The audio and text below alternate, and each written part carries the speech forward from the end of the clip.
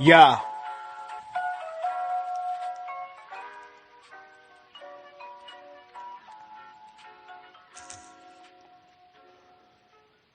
Welcome to D Free Sports, where the NFL and not the NBA take the stage and hold center court. This be your channel for live, insightful commentary, your one fat source for combat sports.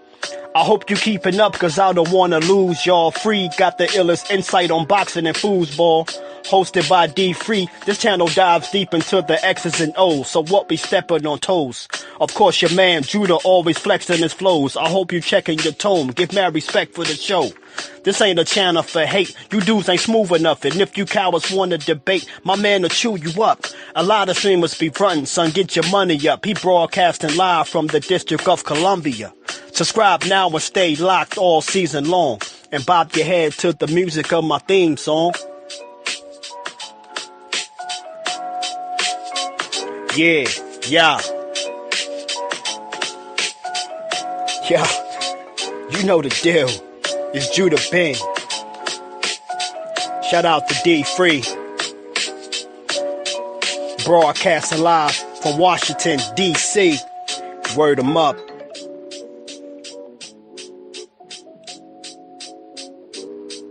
Yo, tune in. He going live.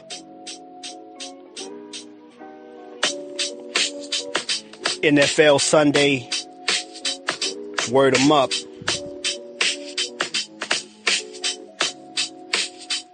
Yeah.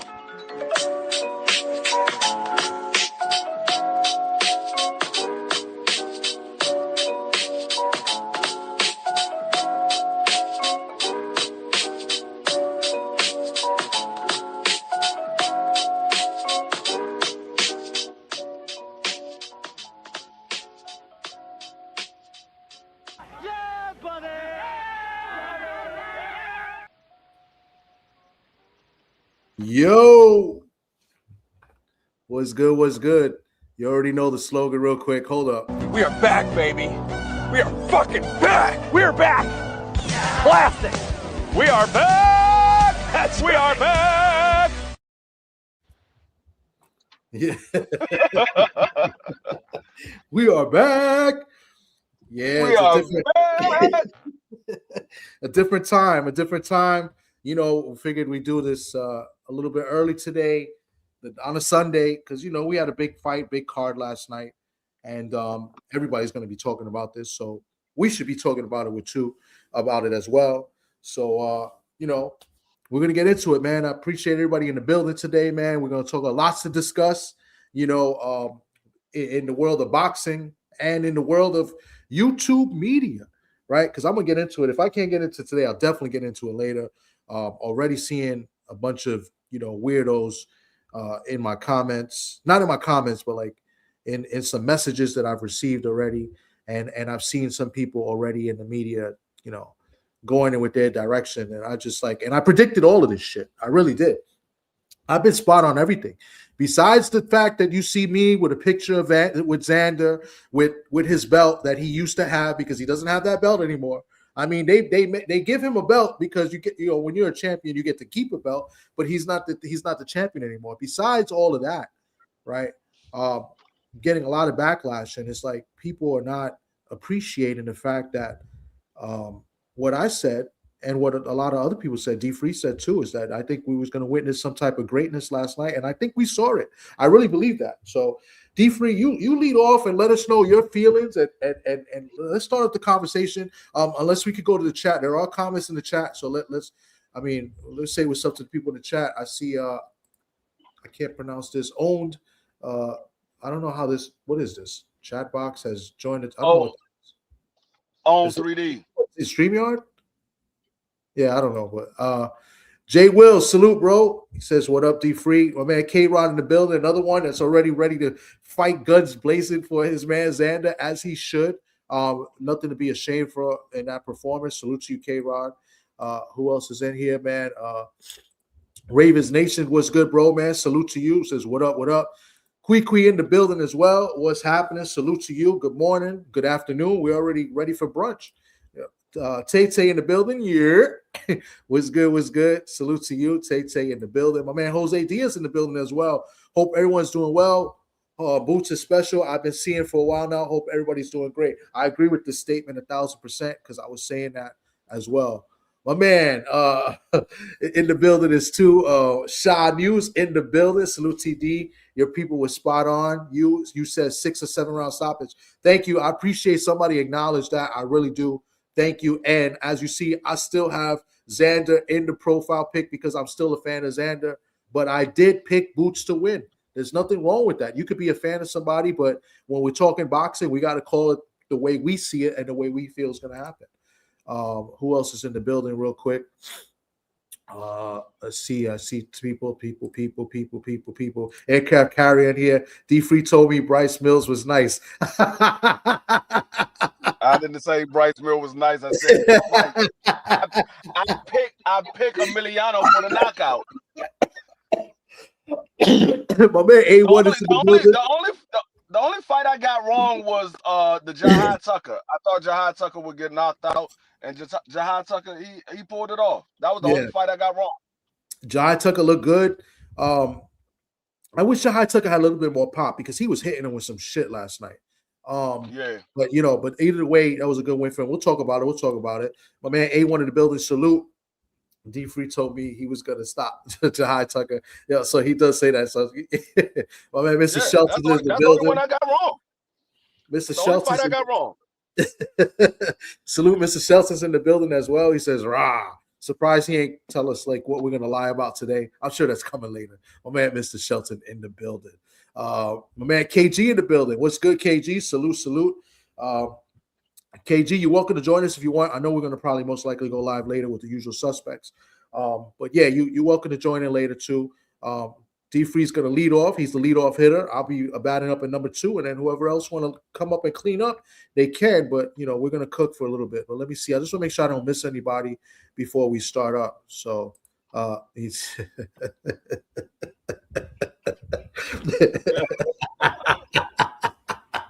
You know what's crazy is this is what he would tell me on the phone too, and it's like I already hear the voice of him saying it. That's what makes it more hilarious when he does this. He says Shahai didn't look good. We'll talk about it. But Daniel didn't look good. But we'll talk about it. July Hill looked decent. He needs yeah. No, I'm saying Daniel didn't look good. Listen, he looked better. How about that? He won the fight. I think the scorecards are way off, but he definitely won the fight, in my opinion. Cam J in the building, salute. But let's get into it, man. I'll highlight on the screen. We got to start this up. D Free, you lead off, man. What you want to lead off with and talk about, and from what we saw last. We could start off with the first fight, Jahad Tucker and Solano. It was a good fight. It was action packed. And it pretty much started off the way I thought it was going to start off. Jahad Tucker was going to come in there very emotional, and he went right at it at Solano, and he actually landed some good shots. But then as the fight continued on, the power of Solano it started to change the tide. He hurt Jahad Tucker with a clean body shot, and then he went away from it, and Jahad Tucker was the more active fighter in that fight. That's what won him the fight. He was landing combination. He kept being busy. He never let his opponent take over the fight. He stayed busy. Anytime he would get hit with a shot, he'll come back with 1 or 2 shots of his own. And so that's what won him the fight. Like you said, that 98-92, I don't know what fight that judge was looking at, but I was looking at it like at the end of that fight, I had Jahad Tucker winning the fight. He was the more active fighter. He stayed busy. Solano, he landed some good shots. You could tell by Jahad Tucker's face. He landed some good shots. It was just far and few between. He was only landing 1 shot at a time. And every time he would land 1, Jahad would come back with 2. And he never got into a rhythm because Jahad Tucker stayed busy. And that's what won him the fight. But like you said, if Jahad Tucker had some pop, he had some power, Jahad Tucker probably would have hurt Solano or even dropped him. That's the only downfall of Jahad Tucker. He doesn't have any power, so I don't know how he's going to do against a more experienced fighter that does have some power, that knows how to get around of Jahad Tucker being busy. Because Jahad Tucker, he tends to slow down in the later rounds, and he drops that guard and he leaves himself open. That's why his eye end up getting swelled up. That's why his nose end up getting busted, and he gotta tighten up on his defense. But he put on a heck of a game plan, and he stuck with it, and he prevailed. I mean, I gotta take my hat off to him, because I thought the other guy was going to stop him, but Jahad Tucker, he showed a lot of heart. He showed that he got a bid, because he was taking a lot of big shots to the face, and it didn't look like it was having any effect. The body had the effect, but the chin didn't look like it had no effect. So hats off to Jahad Tucker. It was a great win for him. But I'll turn it over to you. Yeah, I thought it was a really good performance. I mean, I thought he looked good, and there was some spots where he didn't look good. I mean, KG's up here; he's going to talk about it too. I think, in the first two rounds, Jahai won easy. It was obvious Cedeno was coming in there looking to land something big, right? And then he landed something big in the third round, which I gave Cedeno, right? Cedeno landed something big enough, but Cedeno did not fight a smart fight, and I think they weren't prepared for the constant, activity of Jahai Tucker. Because Jahai Tucker could throw I don't know the stats as far as the copy stats, and you know that some of these stats are a little bit off, you know what I'm saying? But he was throwing a lot of punches every round. Now in the second half of the fight, Jahai was a little bit cautious of what was coming back at him. So he was moving his feet a little bit more, and he was on the back foot a little bit more, but he was still throwing. He was still landing shots, and he was landing clean. Those shots he was landing were clean on Cedeno. Now, Cedeno did land some good shots, and he did land a few body shots as well. But I don't know, because I was there live. So you guys were able to watch and maybe hear the corner. I don't know what the corner was telling Cedeno, but I felt like I seen that they were screaming at Cedeno, like he wasn't listening to what they were telling him. Because in the first half of that fight, he fought a bad fight. He was not fighting too smart. He was going in there trying to land something big on Jahai. And when he did, Jahai took it, he took it the way he took it, right? I'm not going to say he took it well, because, he reacted a little bit different to the shots, and that happens in boxing, right? You know what I'm saying? But it seems like that's all Cedeno was really trying to do. He was trying to get the knockout. And for him celebrating at the end of the fight, I thought that was pretty funny, because I thought they were going to score the draw. I really did. I had it 6-4. I thought Jahai won the fight. I thought it was obviously he provided more activity. I believe he landed more shots just from my eyes. Like I said, I don't know the stats. He absolutely threw more as well. So activity wise and the ring generalship, I thought Jahai won the fight 6-4. It was a close fight, and it was a competitive fight. It's not like he was in there with some bum or some scrub. Cedeno's a really good fighter. And like I said, I don't think Cedeno fought a smart fight in this fight. So I'm probably going to see if I could watch some replays today in some of the fights, because on the car ride home from the arena, they were telling me some different things, and I was reading some different things on Instagram and some other stuff. So I would have to see, what the broadcasters are saying, even though I don't like the broadcast team for the zone, but more or less like what they were telling him in the corner. But I thought Jahai Tucker won, and I thought it was a good performance. Okay, not great, but you're not going to be great all the time, especially with the competition that you're up against. As you go up in competition, it gets more competitive, and this was a competitive fight against a competitive opponent. So, I just, me, and I'm very consistent in my takes. I don't like discrediting other fighters. You know what I'm saying? So you won't get that from me. So KG's going to be a little bit more critical. So I'm going to pass it over to KG. Sure is. What you said? I said I damn sure is. Yeah, he's going to be much more critical. So let me just go on mute and prepare for what KG has to say. Go ahead, KG. Hey man, hey, first and foremost, man, I appreciate, what I'm saying, and I see what you're talking about, man, how people can just pop up, man, you know what I'm saying? So my apologies if I walked in without knocking. But I think y'all, you know what I'm saying, and Thomas, you wasn't even there to hear the commentary. You can use in the arena, you know what I'm saying? But D Free, you sound like you got hypnotized by the damn commentary, bro. I didn't see what Jahad was doing too much of anything. Sedano didn't he didn't do enough. But this game plan that everybody's saying that Jahad Tucker had, his back was on the rope most of the time. He was not in control of the fight. He was not setting the tone. Sendera was just not throwing punches. He won't utilizing his range.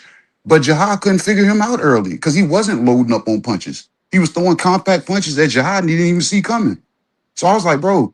And then all the shit that he was talking to him after each round, I was like, bro, he's trying to damn get Jahad's heart because Jahad ain't damn, like I said, I didn't see what everybody was saying. Chris Manning's damn scorecards. I was like, bro, what is going on here? I said, Jahad's not throwing anything. And then when they put the copy box numbers up, Jahad had not thrown more, landed more punches than Sedano at that point. And I was like, they got him up on the damn punch count and they saying he's thrown more. I was like, where? Like I was confused based off of what I was watching. So with Sedano not doing enough, I can see how they gave it to Jahad being the A side. But this game plan or focus or whatever you know what I'm saying, whatever you know what I'm saying Thomas is trying to paint or whatever narrative that anybody else is trying, I didn't see it. I didn't see it. I was not impressed at all. Only damn thing I was impressed about is that Jahad stayed on point with what the corner was saying. He didn't deter off whatever the game plan was, but I was not impressed with the game plan. And Sedano's damn corner was yelling at him because they said, bro, you got this dude. He's right here. What are you doing? And then Sedano, I think he blew his load somewhere and he never damn got a second win.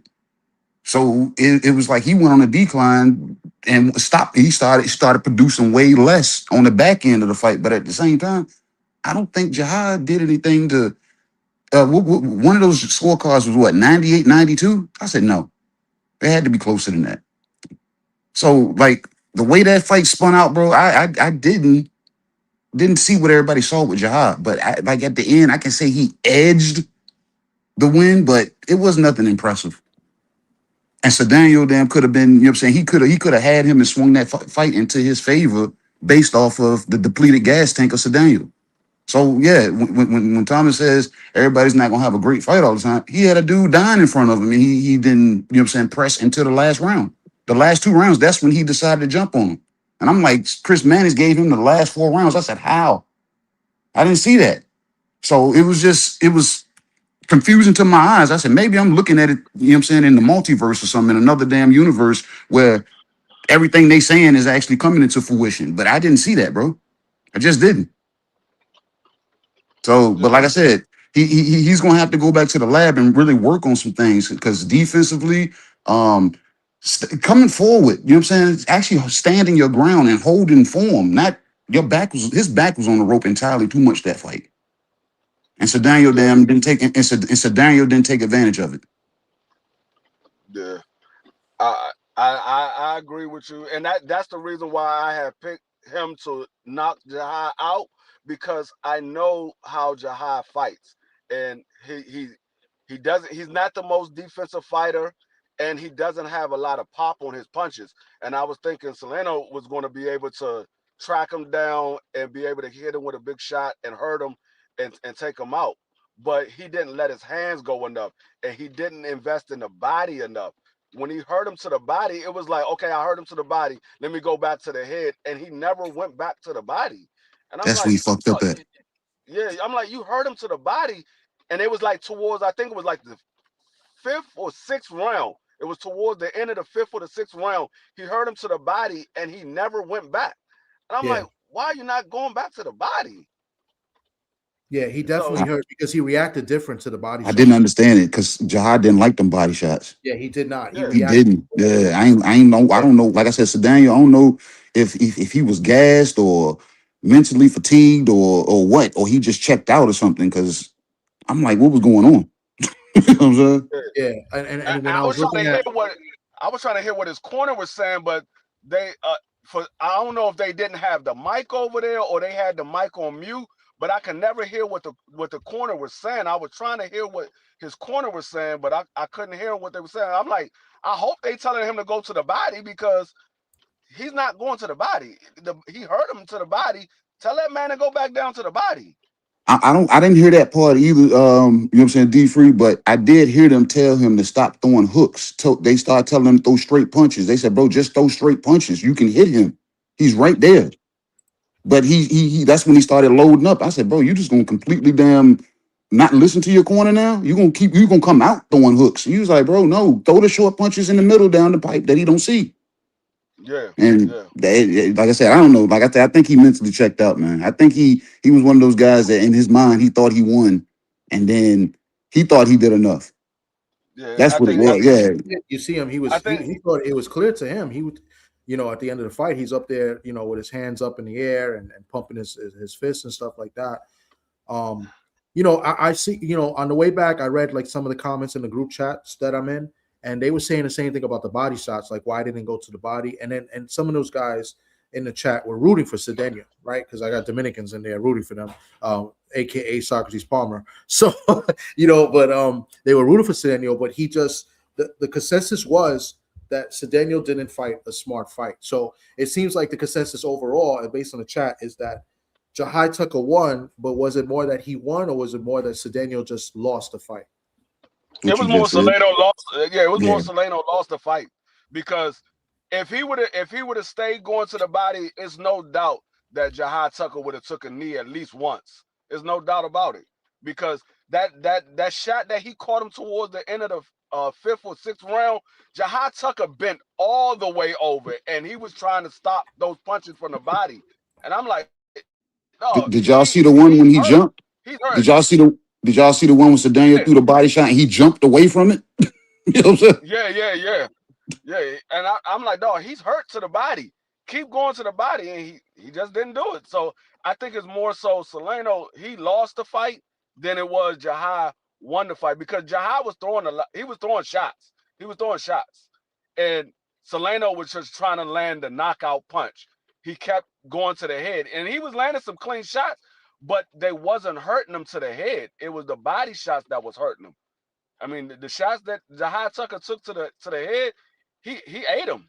I mean, I wouldn't have told him to take so many shots, but he was eating them, and he wasn't getting dazed. He wasn't getting wobbly legs or anything like that. But I don't know. Maybe because dude had so many knockouts, he figured, okay, one of these shots is going to hurt him and he's going to go down. And I don't know if he thought he was behind and so he needed to knock him out. I don't know what it was, but it was not a good game plan whatsoever. That was his game plan, D Free, because like I said, his corner was telling him something totally different. Jahai, there's some things that Jahai needs to work on. I think he's got to work defensively, and I think he needs to set up his shots more. He obviously was the quicker of the fighter. He was landing in will early. I mean, and he was landing solid shots from what I've seen. I mean, on Cedeno, right? Cedeno's face wasn't all that, looking good, pretty at the end of the fight either. He was swollen up as well, right? Based on the big screen, right? Because I was at a distance, but based on the big screen in that fight, I was from the distance, but I wasn't up close. But his face looked a little swollen as well. So, and he was beating him to the punch. It's just that I guess the power wasn't all there, and he wasn't really. He was more like throwing punches on the back foot, if that makes sense. He wasn't really stepping into his punches as much. Yeah, and that atmosphere, being in New York City and you fighting a hometown guy, you gotta outwork him. You can't let him outwork you. They're not gonna give you that fight. He's the bigger name out of the two. Neither one of them are huge names like that, but out of the two, Jahai Tucker is the bigger name, and he's in his home state. You gotta outwork him. You can't let him outwork you. They're gonna give him that fight every day of the week. But the Latinos were definitely rooting for Cedeno, though. So, the crowd might have been 50-50. And at that point, it wasn't really as packed as well. So, it wasn't a sold-out crowd. I'll tell you that much. I don't know what they're going to tell you today in the reports and stuff. It wasn't sold out. Well, Can I ask you something, Thomas? Go ahead. But see, the thing is, Thomas, I think it was sold out. It wasn't packed to capacity, but it might have sold out all of the tickets that they had available. So and I think a lot of people get the perception of, oh, it's not sold out. It is sold out if they have no more tickets. If they have no more tickets to sell, it's sold out. It doesn't mean that the arena is packed to capacity. And I think that's what a lot of people, they look at the arena, they're like, oh, the arena ain't sold out. but the ticket, they have no more tickets to sell, so they are sold out. They didn't fill up the arena. I'm gonna tell you why it wasn't before KG asked the question. Is because I was up and down. Like I had, like, you know, I had seats, and I was sitting with I went with Ofacio. Ofacio got comped 2 tickets, so he was in a good area. So I went and I sat with them, and then as it filled up, I said, let me go upstairs and I'll come back down later, because Keith Cologne's father was there and I was with him. And he was sitting there too. And I said, yo, let me go upstairs because I'm going to meet up with some people, blah, blah, blah. So when I saw the Jai Tucker, I was up in the 200 sections, right, from that fight. I was up there. But I later then in the main event, it started to fill up more. So I don't know how you can see it on TV, but like when I was looking from up top, it wasn't filled, right, until the co-main event ended. When the co-main event ended, Emiliano fight, it started to fill up. But there were still seats available because I was able to move down and sit in a row that was pretty much, you know, like spotted, like a Dalmatian, because there was seats, and I was able to sit up close. I was there in like the section 20 section, so that's behind ringside. So I was in a good view of the main event. So to me it wasn't sold out. That's just, you know, what it is. I mean, they had a good crowd. It did fill up for the main event, but it definitely wasn't a sold out crowd. My thing is, though, Thomas, it's just like the battle of the vantage points. Like, you can't hear what we see on TV, and we can't hear what you see here in the arena. Yeah. From where I was at, you know what I'm saying, watching it on TV, I can see it looked packed enough for me. You know what I'm saying? I ain't gonna say sold out or filled to the brim, but it looked packed enough for me. My only concern, it didn't seem like it was any energy in there. I didn't hear no crowd. I didn't hear nobody yelling, nobody screaming. I didn't hear it. You know what I'm saying? Like I usually do when fights go on, you know what I'm saying? Especially in Barclays. Barclays is damn, you know what I'm saying? I've known to damn see, you know what I'm saying, big fights go on there, and it's like electric. You know what I'm saying? It's like I didn't hear it. So you being in there, was the sound different, or they just had the mics turned down? They didn't have the Benavidez mics in there or something. No, you know I think you're spot on until the main event. I think before the main event, it wasn't, you know, it was the sound and the crowd wasn't as active as I thought it was going to be. I mean, it was packed like it looked like it should have been, though. It looked, yeah, it should have. No, but it wasn't, because they weren't really reacting. Like the crowd was kind of dead. I mean, it's funny because the Whitaker fight got more pop than the Jahai Tucker Cedeno fight, in my opinion. And I was like, you know, yeah, they saw a knockout and we saw a guy quit. You know, in my opinion, I don't think he came to win, but that got more pop. And the Emiliano fight was like, hey, the crowd wasn't reacting. I guess they were just waiting for Xander versus Boots. Tay said everybody was in there smoking, so everybody was high. They was too relaxed to damn cheer. They probably were, because there were people smoking. There was somebody next to me in the Xander fight but not. I mean, he had a vape. You didn't hit it. You hit it. No, I didn't hit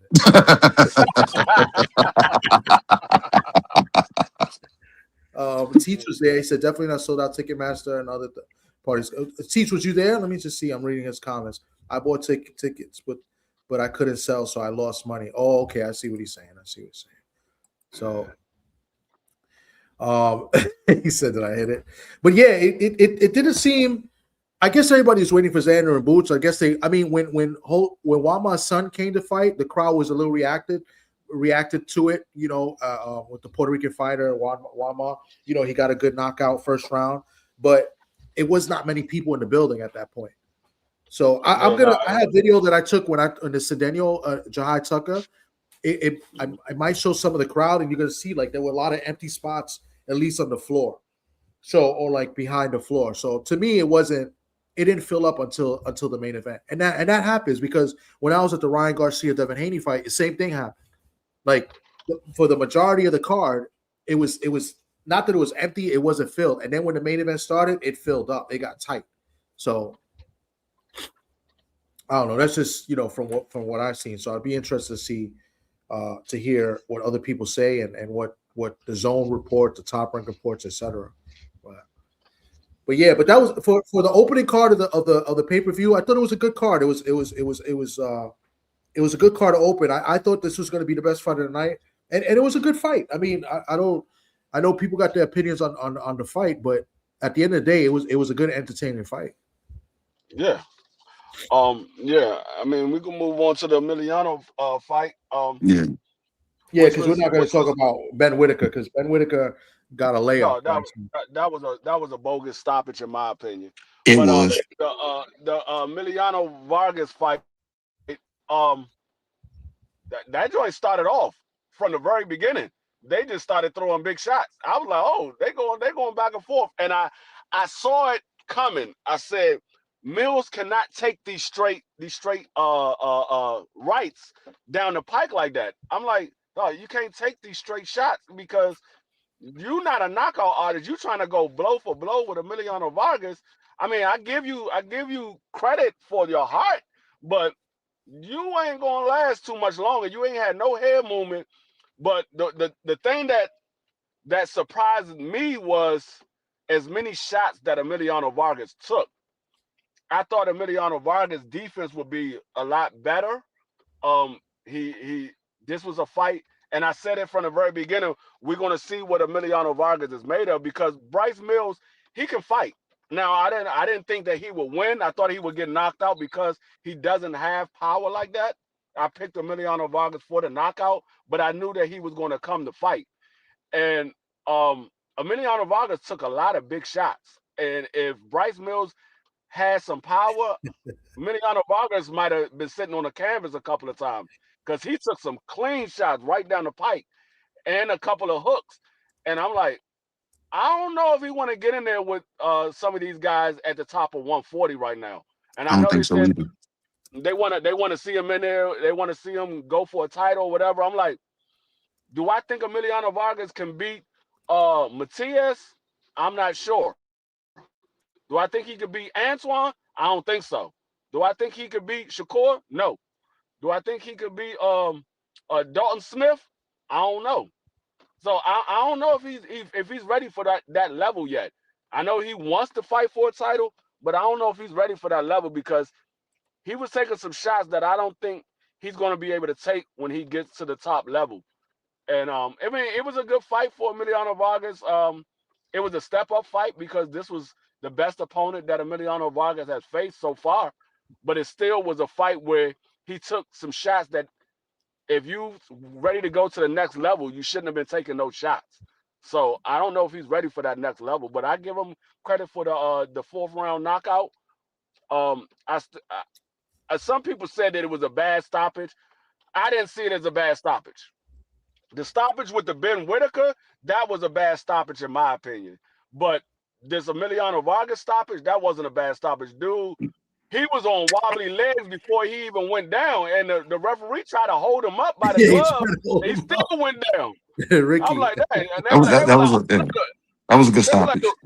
Yeah, they were like, the referee knocked him down. I'm like, dog, did y'all see the fight? Because the referee was trying to hold him up. He was trying to stop it. Yeah, he tried to stop it before that. He was trying to stop it before it got stopped. Yeah. Right. But yeah, so I mean, hats off to Emiliano Vargas. It was a good win. But he need to tighten up on his defense. He definitely got to go back to the lab and tighten up on that defense because he took too many clean shots. He got to tighten up on quite a bit, D-Free, bro, because not even the top level, just whatever the next level is up from where he is, Mills damn gave him a layup for real because he was catching him with punches. But if anybody paid attention to Bryce Mills' feet, his feet were making it to the target before his gloves were. And that's bad because that gave Emilio every damn advance to just put punches out there. And Emilio said it at the end of the fight. He said, bro, he just kept he kept falling into the straight. He kept falling into the straight. Yeah. Because his feet were coming and then the punch will come after. And I'm like, Emilio shouldn't be getting hit with a dude, hit by a guy that's bringing his feet first and then the punch comes. I was like, he should be able to see this. So top level, the level below that, or the level that's above them, Emilio, he's going to have trouble because traditional damn guys that are fundamentally sound boxing, these guys are bringing the punch before their feet come. Their feet are coming, the feet are carrying them to the punch. Mills was damn bringing his feet and then the punch was coming. And I'm like, he's getting hit with the wrong punches. So I seen damn Mills getting stopped in that fight, but not to no credit to Emilio's power. I was like, he's gonna knock himself out. I was like, as I was watching, I said, bro, he's gonna jump into something. And sure enough, what did he do? He jumped into a straight that his legs damn went crazy and the referee couldn't hold him. So the guy was tough, but he knocked himself out.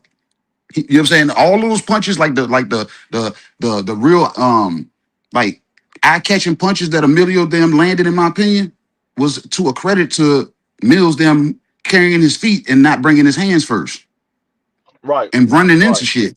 Yeah, so when he ran, I was like, yeah, this dude gonna get stopped. You know what I'm saying? So yeah, and then Emilio sounded like Daniel LaRusso at the end of the fight.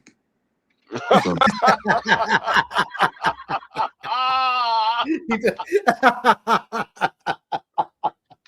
Wow. That might be the best. That's going to be the best line of the day. That was that's a good one, KG.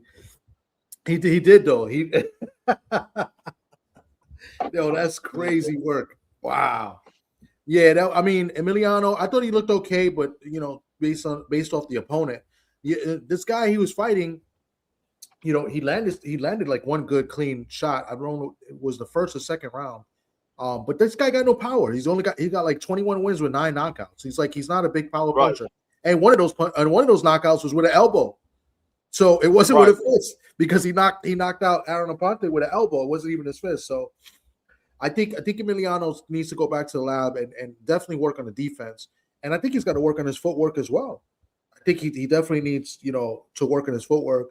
But I think he's a solid fighter. I don't think he's ready for a title shot yet. I know Teach he mentioned about the title eliminator.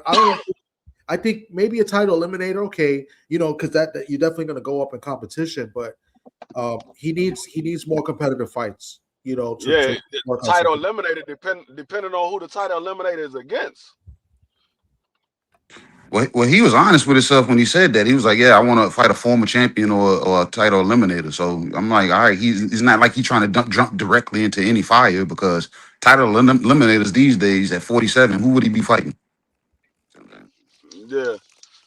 No, he's at 140. Yeah, he had 140. He had 140. So. Oh yeah, 140. My bad. Yeah. So. Yeah, 140. So. And that's a tough division. Yeah, it's tough because he got some guys down there that I don't know if he's ready for them yet. That's what I'm saying. He's been in so many showcase fights to now it's time for him to step up, but they haven't gradually moved him up. He's been fighting the same level of fighters every fight. This is the best. Like I said, this is the best opponent that he's been in, and he's not even that great of an opponent. He's a step up from where he's been fighting, but he's not that great where you could say, okay, he's ready for these guys now. No, this is not a gatekeeper to those guys. This is a guy to the next level. Now you on that level. Now you got to take a step to the next level. You got to get another guy for that next level. You don't go from Bryce straight to the top 5 guys or the top 10 guys. That's not how it works, because Bryce is not getting you ready for none of those guys at the top 10. Yeah, and Aircraft, we're not calling Emiliano trash. I mean, we're just being critical of his performance. We're critical of everybody's performances. I mean, this is what we do. You know what I'm saying? Like, we're not saying he's trash. He just needs to work on some things. I mean, based on the opponent he fought last night, he had a nice looking record, but he wasn't really at that level of Emiliano. Yeah, you know what I'm saying? So I'm not calling him trash. No, that's not it. Yeah, no. I'm just pointing out his opponent. His opponent was bringing his feet before the punch. Yeah. The guys that's in the next level up are not going to do that. Yeah. Yeah, there's not a single opponent. I mean, there's not a single fighter in the sport of boxing who we can't criticize and say, okay, they need to work on this or they need to work on that. Everybody has something they need to work on. When we get to the main event, which is coming up next, you're going to hear what these guys need to work on, because they wasn't without criticism. Yeah, exactly. So and we're about to get to the main event. It's like, we saw a great performance last night, I believe, by both fighters. I think both fighters did well. And then we're going to critique both of them.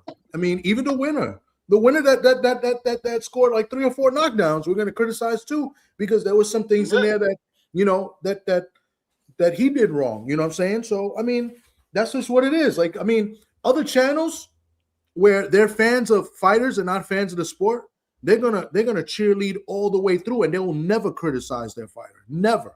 They'll think their fighter's the greatest thing since sliced bread. You know what I'm saying? I would never do that. Never. Because there's nobody perfect. There's no Kurt Hennig in boxing. No Mr. Perfect. You know what I mean? So that's just what it is, man. Salute to everybody in the building. If I'll try to hit you when I can. Maybe drop the link later. Got a chance. I do got radio at 2, so I can't. I got to be out at 2, but you guys can continue. But well, let's move along, man. I mean, we're not going to talk about Popeye, not showing up for this fight. I know the ref did stop the fight a little early, but that guy wasn't there to win. I mean, he wasn't there to win. Yeah, he was going to get You stopped. could see the way he's throwing his punches. You know what I'm saying? I said, Yeah. bro, the way he's not. I said, look at his feet, and I kept telling them. You see the theme of last night for me was people's feet and how they were throwing punches. Popeye, his feet were too close. I said, bro, when he got cuffed the first time, I said, look where his feet were. You know what I'm saying? And then when he went down the second time, I said, look where his feet were. I said, bro, his feet were completely out of position. Yeah. But going to the main event. I want to say, first off, shouts out to both these guys. This is what we've been asking for these fighters to do. 2 young guys in their prime and putting it all on the line. Like we said many times before, Xander Zayas didn't have to take this fight with Jaron Ennis. Jaron Ennis didn't have to go fight Xander Zayas. He could have took another tune-up fight. So shout out to both of those guys. They put on a heck of a performance. But man, Jaron Ennis, he 2-time unified champion, 2 divisions. He did his thing, but he's not without criticism because, like I said earlier today when I was on Clarence channel, Jaron relies a lot on his reflexes. And what I see in Jaron Ennis, if he doesn't lose to Sebastian Findor, because I think he beats everybody else, if he doesn't lose to Sebastian Findor, I think Jaron Ennis is going to have the same fate that Roy Jones has. He's going to, once his reflexes slow down, he's going to start to get caught with a lot of shots and going to start to get hurt even more and probably get stopped in a few of his fights towards the end of his career because he's relying a lot on his reflexes instead of perfecting his defense because he got hit with some shots that if he had his guard up, those shots wouldn't have landed. But because he's so quick and he know he got reflexes, he's just trying to move out of the way of the shot and he's still getting clipped by those shots. That's what caught him and got him hurt in that 3rd round. Instead of him having his guard up, he just tried to move his head back and he got caught with a clean shot. And then when he was backing up, Xander came straight down the pike and knocked his head back and put him on the ropes.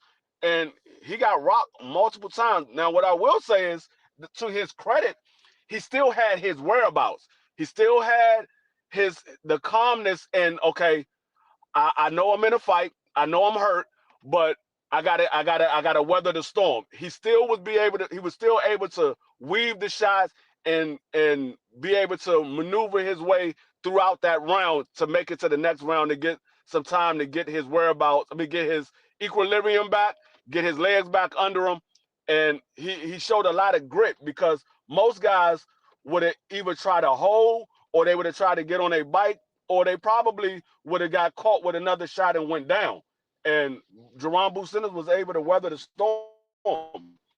But that first round, I thought it was going to be a much earlier night because Jaron Ennis, when he caught Xander Zayas with that shot and Xander Zayas went down, I was like, oh my God, the first round, I called 7. Why is it? I said, Boots, slow down. Let the man live a little bit. Not this early. And Xander Zayas, he showed a lot of grit. He got up.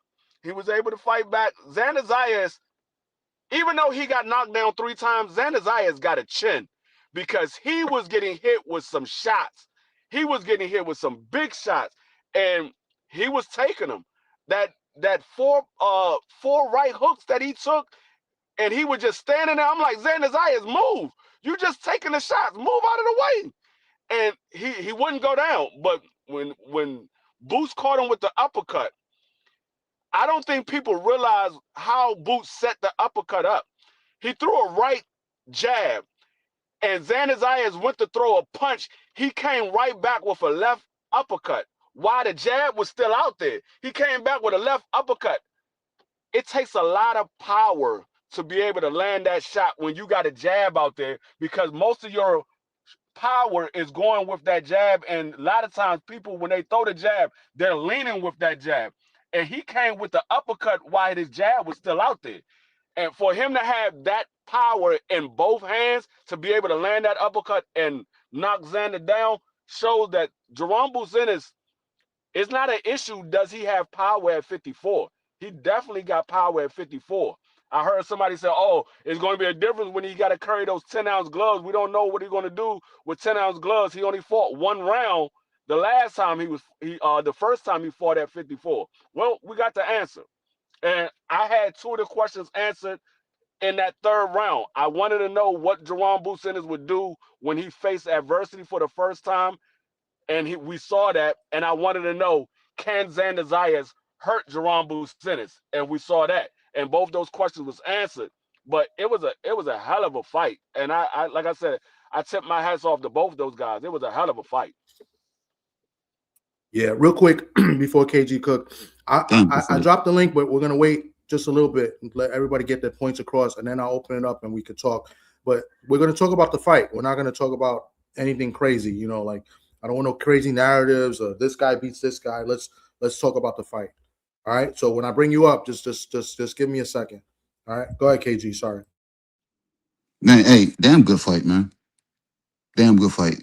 And I'm one of the guys that picked Xander because I felt Xander could box him and not have to be forced to be on the inside. But Xander went in and chose to try to be the bigger man because he was the bigger man. And I was like, that's not how we need to do this. Like, because when he caught Boots, it was at mid-range. It wasn't even in close.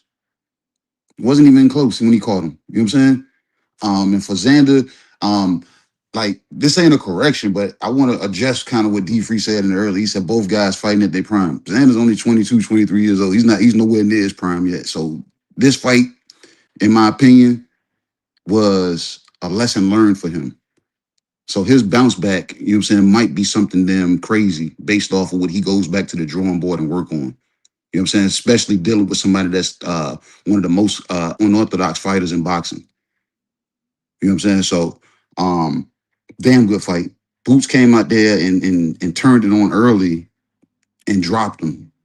Xander got back up, got himself together, and we seen a good fight. Damn, it turned into a good fight. And then when I seen Boots get hurt, that's the product of them when things are drilled, in my opinion. Because when things are drilled into a boxer, you don't think to do it, your instincts then just reacts. And when Boots was hurt, his natural reaction was grab him a little bit. As Xander starts to lean, throw a punch. Try to keep moving with him. And that's all. And bro, and I was like, bro, I had to take my head off the Boots because he was clearly hurt. And he was hurt for longer than a round. It took him a good little minute to get himself back together, but he showed and proved that he was still dangerous while being hurt. That's the crazy thing about it. I don't know if the fight would have swung differently if Xander was like an actual puncher and seen that Boots was hurt and went to go dog walk him or whatever. But for Boots to be able to weather that, I had to take my hat off to him. I said, bro, this kid got hurt and still knew instinctively to slip, slide, punch, slip, slide, hold, punch, hold. You know, he knew how to, you know what I'm saying, to get through until he got himself back together. And once he got himself back together, he started throwing the short, compact punches that Xander wasn't even seeing coming. So it was just like, that's why I was like, I can't get disappointed with whatever the game plan was with Xander, because I said, once you hurt him and then you start seeing him get his faculties back together, don't look to duplicate that, because now you're going to drag yourself back into the inside again. You need to stay and try to you know what I'm saying, try to buy you some rounds in box Boots and make him have to hunt you. Because he was hunting Boots. And like I said, bro, anybody that knows a counter fighter, you can hit them a lot easier when they have to come forward. And he wasn't allowing Boots to come forward. I said, bro, let him come forward so you can see what he's bringing and you can make the adjustment. As Xander's pressing forward, I said, bro, this boxer going forward don't look good, especially with a guy that can switch, a guy that can then be slippery, a guy, you know, I seen it falling apart. And I said, bro, this ain't the time to try to be tough.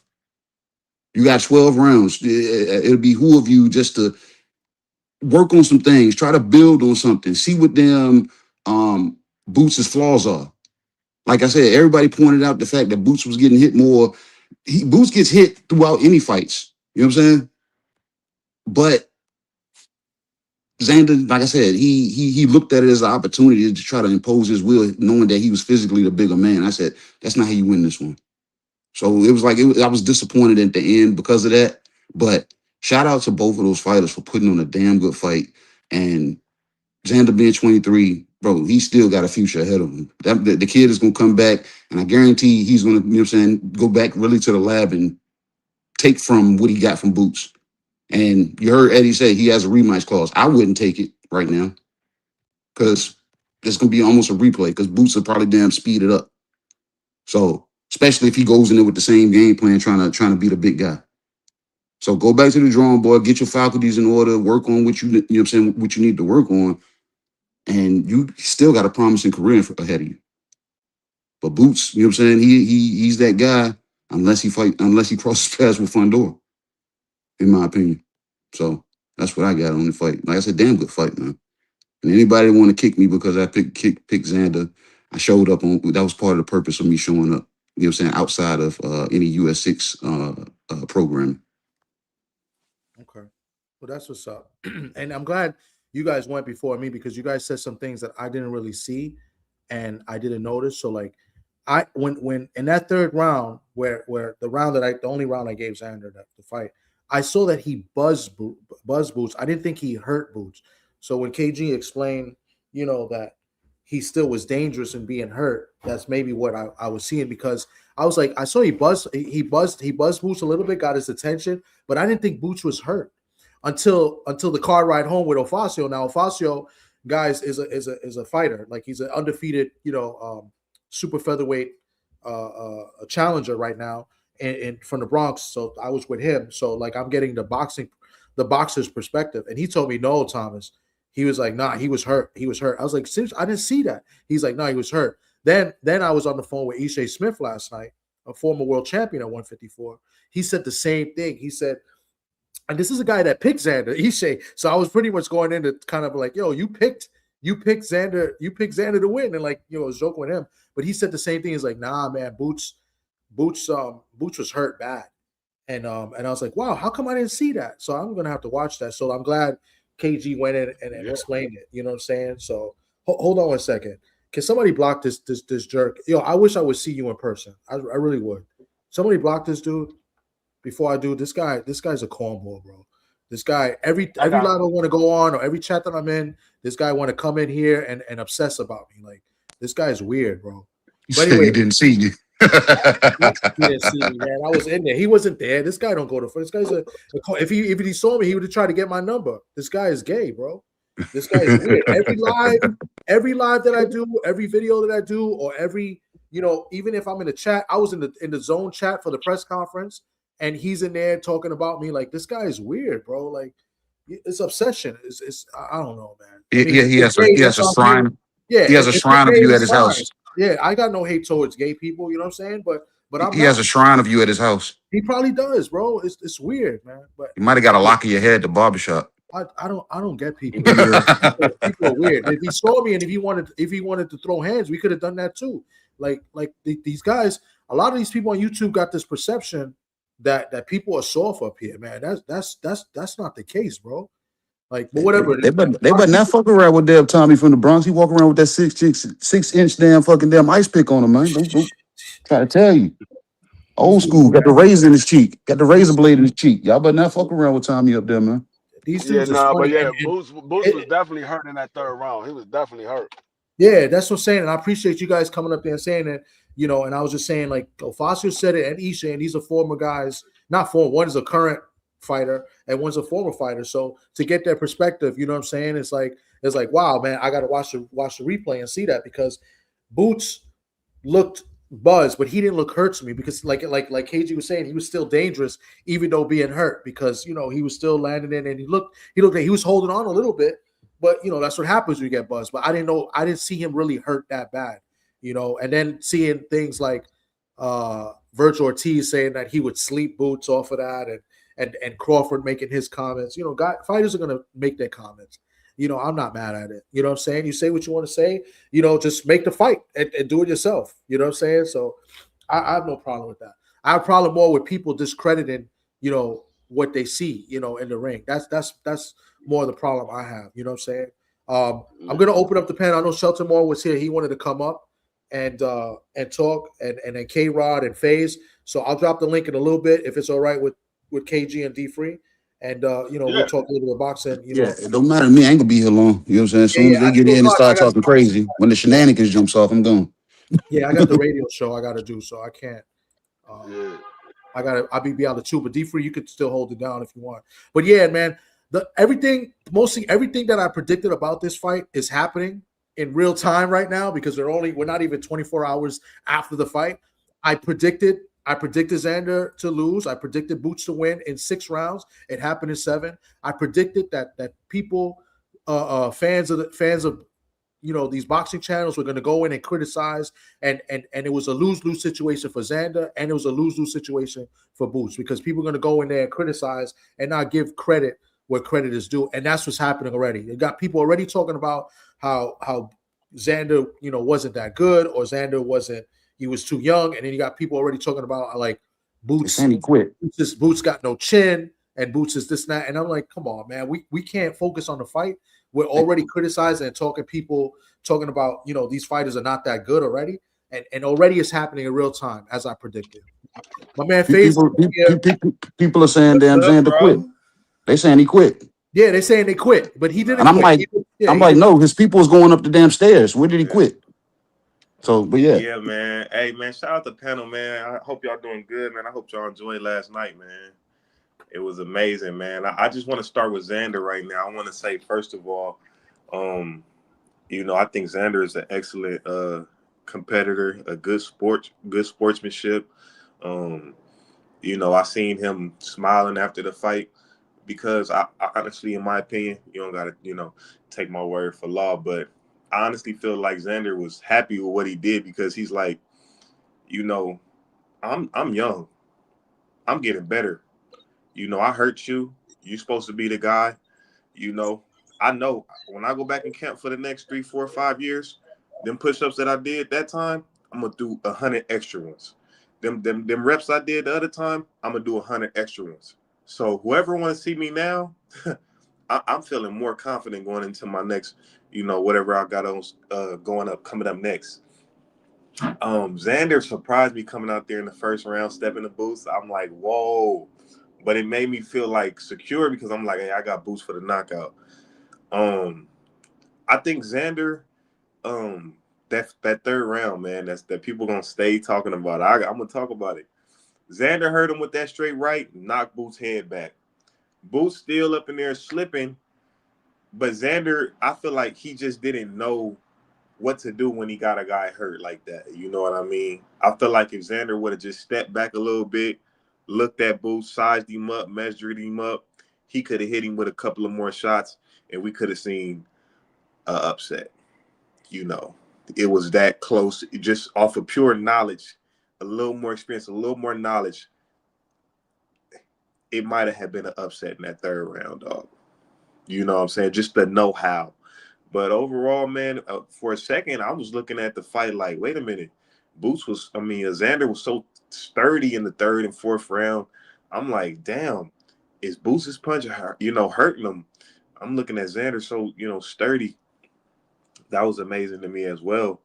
I just think it was a good fight, man. On the Boots end, I think Boots is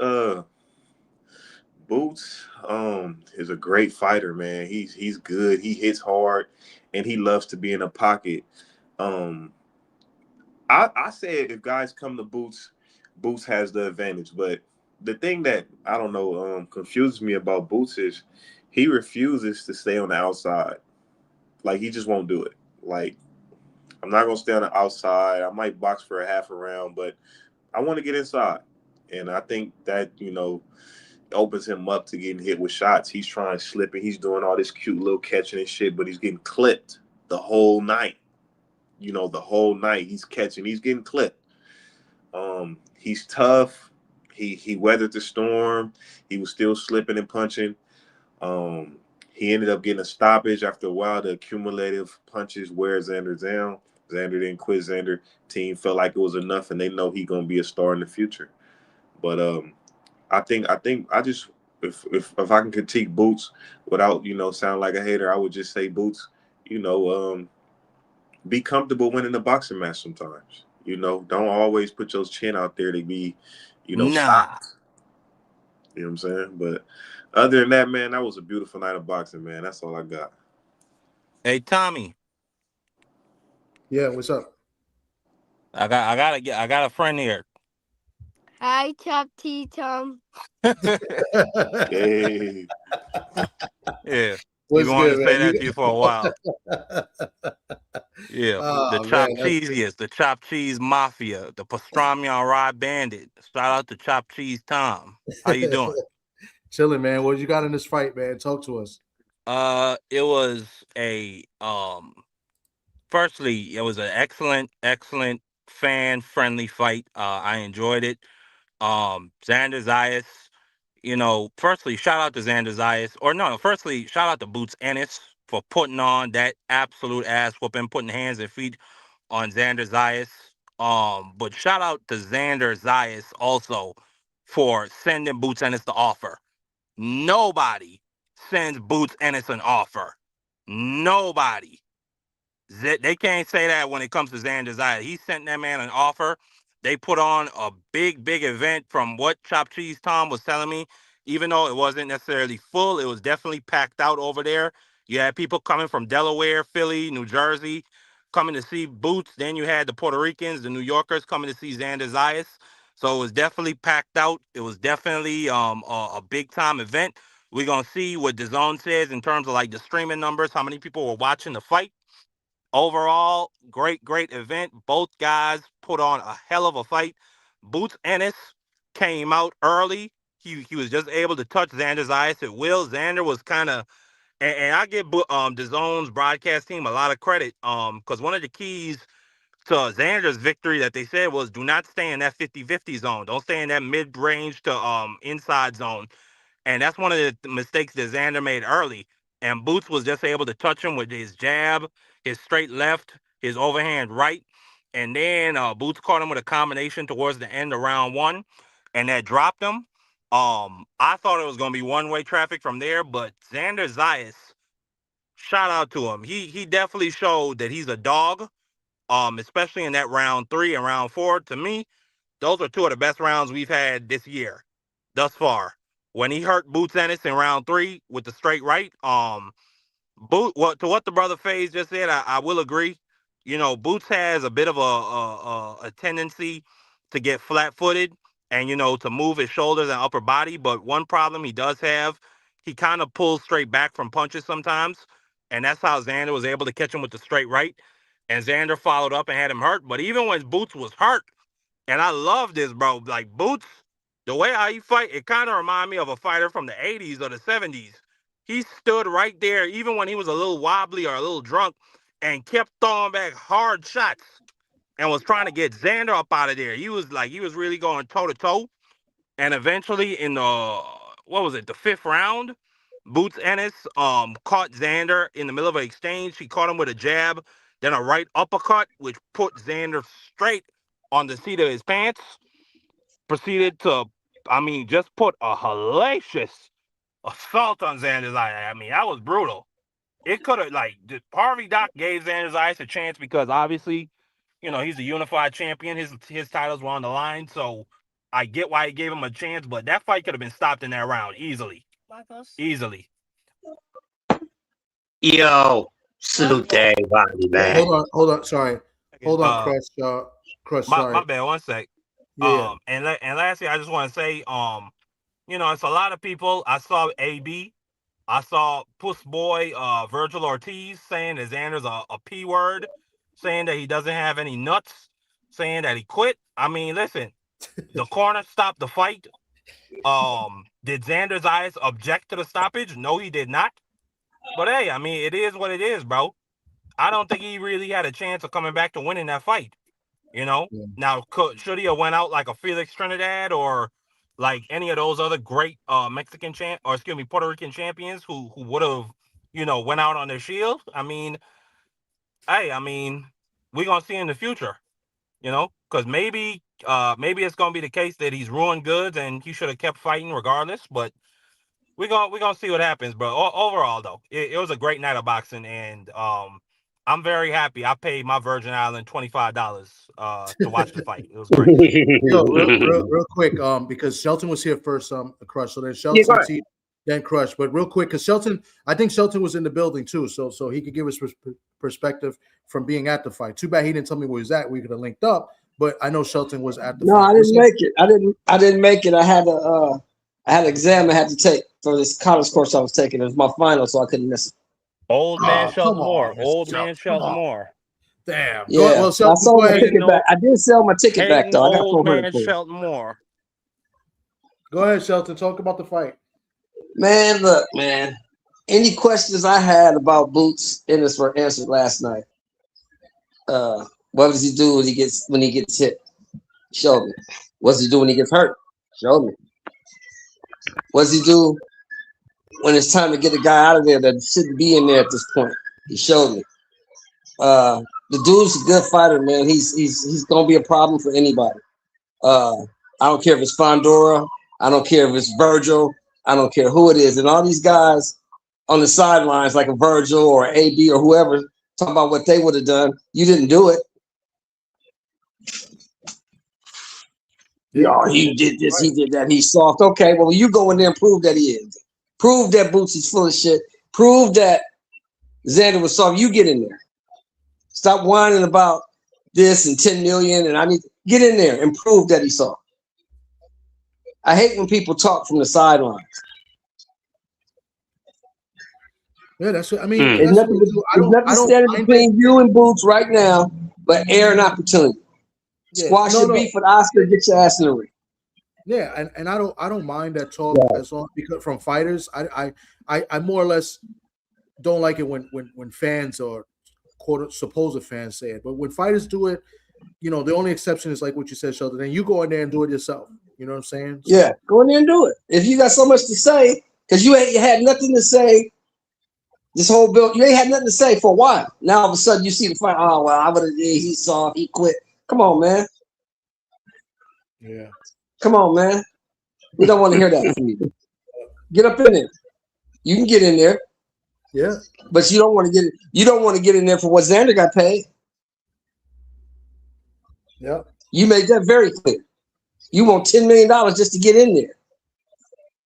Because I think you kind of know what the outcome's going to be. But that's just me. So, you know, great fight, though. Xander showed up to fight, man. Xander didn't show up to style and profile. He showed up to fight, man. And he put on he did the best he could with what he had.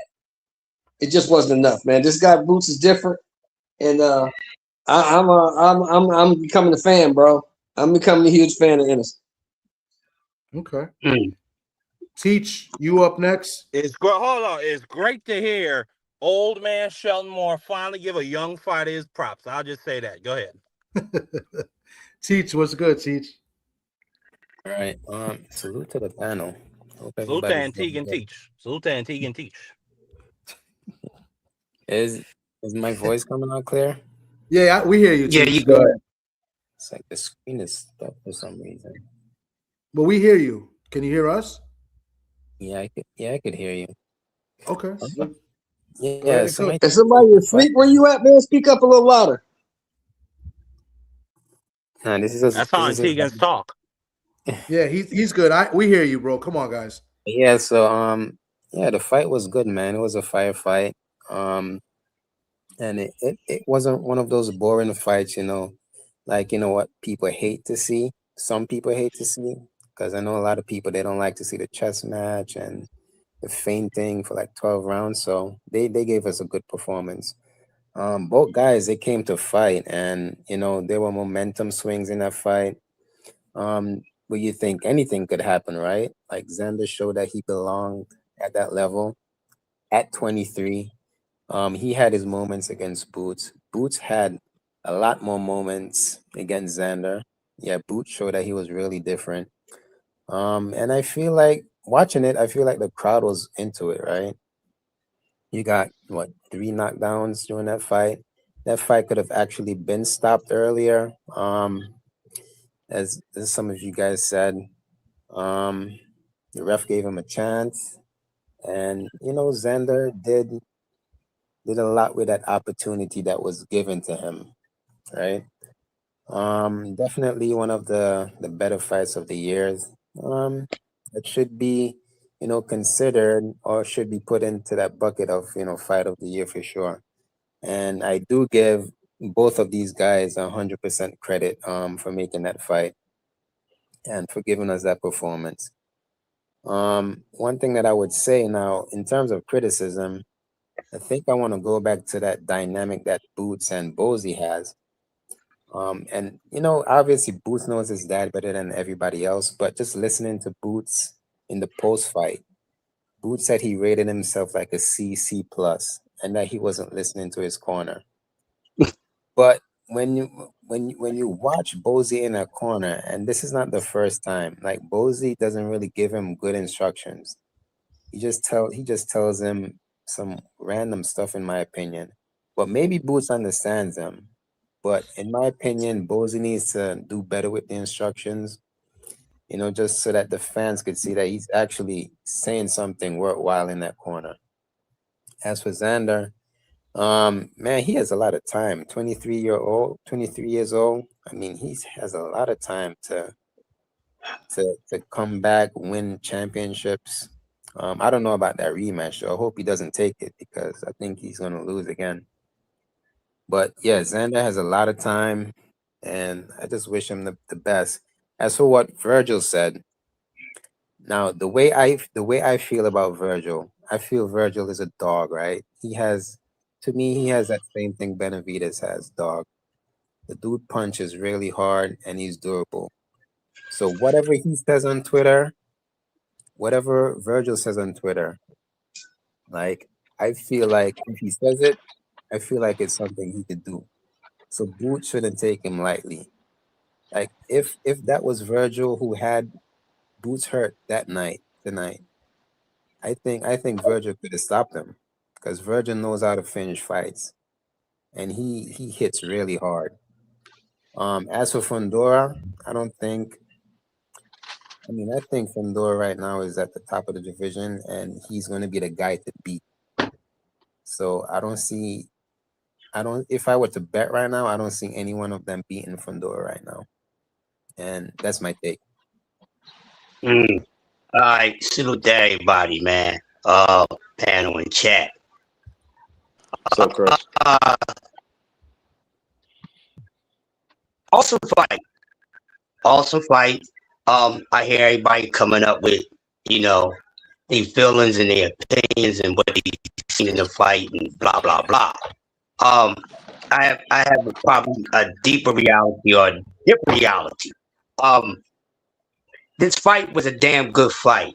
Now, for people who predicted the fight to end a little sooner, it could have actually done that. Besides that straight shot, he also caught Boots with a body shot too, and his left leg was on noodles for about 2.5 rounds. When he jumped on Xander, I don't know if any of y'all was paying attention. When he jumped on him the first 2 rounds, he kind of gassed out. He was a little too dry, was trying to oil up a little too damn fast. He started getting pretty. The problem for Boots is with everything he does great, but he's going to have a serious problem or a serious reality of being on your ass bag if you keep playing with your goddamn food. I don't give a damn how good you are. Don't play with nobody. He played in there. It should be a good lesson. Also, what Teach said, and I was going to speak on it even if he didn't, they better get it the fuck right in that corner. Because not keep listening, that's an lesson that needs to be taken care of. Because now you're stepping up in opposition. You can't be doing that. Or you're gonna face a reality that you thought your ass was immortal to facing. That's what I seen from him. They the only things I didn't like because it's going to catch up with his ass. Xander Zayas, good fighter. You know, a lot of y'all ain't really know about Xander. Let's just be honest. But that's cool. Now y'all know. It's a good fighter. Okay, the age thing, kill me with that. Acting like he's the youngest fucking champion ever to become in boxing. Y'all just do a little too much. All right? It's not the youngest champion. All right? Relax. Of course he has time. He's young. He's supposed to have time. It's like some things just don't need to be said when it's just really no explanation for it because it's self-explanatory. But Xander's a damn dog. He's a dog, and he's going to be something. Now, I hear a lot of talks about going to 160. If he doesn't stay at 154. From looking at what I've seen from his other fights up to last night's fight, I think he'll do damn good at 160. It might fit him a little more, might be a little more comfortable for him. It's just my opinion. But it's up to him. Even if he stays at 54, he's definitely one of those guys. I always thought he was one of those guys. And they both showed it last night. So everybody that needs to ease the hell back a little bit, where he ain't fought nobody, shut up. Because your favorite fighter ain't done nothing lately on this level. Those two men got in the ring and they got busy. Xander did what a champion's supposed to do. Hey, I go looking for the smoke if no smoke is coming my way. That's what you're supposed to do. Salute to him. And also his sportsmanship, y'all. I must say this about his sportsmanship. I'm not surprised because he's a gentleman. His sportsmanship is probably one of the best sportsmanships I've seen in this generation of fighters, man. The way he took the defeat was class A, man. And it was all sincere. Because, you know, some guys that just say shit because it's the right thing to say in front of the cameras. But he's a genuine guy. His career is far from over. This is just the beginning of Xander Zayas, man. And no matter where he go, guaranteed, he gonna be there. He's definitely one of the best. And he's gonna wind up being the best at some point in his career, if not right now. But it ain't gonna take too long, no matter where he's at. Jaron Ennis gotta tighten up. Everything ain't a fucking playground. The competition gets stiffer. Do not take your gifts and talents for granted. Definitely a candidate fight of the year. We still got some fights to go, but this is definitely up there. I got it in probably number one right now. After everything that we had seen leading up to this fight, it was an awesome fight, man. And I salute the both of them. A fan of both guys. Just thought Boots was a little more talented, a little more better. That got proven, and I'm still a Xander Zayas fan. And he gonna whip more. He gonna whip on some ass. And Boots is gonna whip on some ass. But if they don't be careful, somebody's gonna whip on his ass and I'll pass. I love that, Crush. You know me, I'm real, man. Hey, Thomas. What's good? Hey, I mean, from a fight like this, you stood up to the biggest boogeyman. I think Xander might change his style a little bit and just start knocking dudes out. I don't know. Like, this might put a battery in his bag. You know what? That's a very good point. It might have. I didn't like the game plan. Like, I didn't get a chance to really get into it a little bit because I'm listening to everybody speak and I got the radio show at 2. So, you know, and there's a boxing radio show. So I'm gonna take all of this and merge it into my thoughts as well. But I didn't like the game plan. Like, he really didn't show no lateral movement like he usually does in fights. Right, so that I guess the game plan was to go straight at Boots, which kind of fell into the game plan of Boots. You know what I'm saying? So it made it a little bit easier for him to do what he does. So I didn't necessarily like it, but I like what you said. It's like that might give him more confidence to go in there and maybe have more faith in his power and his punches, because he hasn't got a stoppage since. It's funny. Everybody talks about the fight before this fight happened. They were talking about they seen Xander get hurt. Which is true. I was there. I was there before. I was there at the fight when he got hurt against the German guy, Swomer or whatever. Yes, I was Swomer. Yeah, where Roy Jones was in the corner. And, like, I was there. He got hurt. And that was the last time Xander got a knockout because he ended up stopping him in that fight. So now fast forward to last night, right? He got dropped in the first round. We never see Xander get dropped before, and he comes back and he did to Boots that nobody else really done before that, and he hurt Boots. Now, mind you, I got to watch replay. Like I said, I'll be openly honest. From what I saw in the arena, I thought Boots got buzzed, but I didn't think he was as hurt as like a lot of people are mentioning here. And as far as like when I on the car ride home with my boy Alfonso, he told me the same thing, and Ishe said the same thing. So I didn't see that. I got to see that. I thought Boots was buzzed but not hurt. Then KG gave a nice explanation about how Boots was definitely hurt, but he was still dangerous while being hurt. So excellent points that everybody brought up. I got to go watch it on the TV rather than, because in the arena, sometimes you miss things. You obviously miss the commentating as well. So, but and you such a good sport, Thomas. I ain't gonna lie, man, because I mean, we all giving Boots his credit, but I know you and me know that hey, if Xander had a little bit more time on the job, man, he looked like he had potential to stop that fight, man. To at least make that fight a much better fight.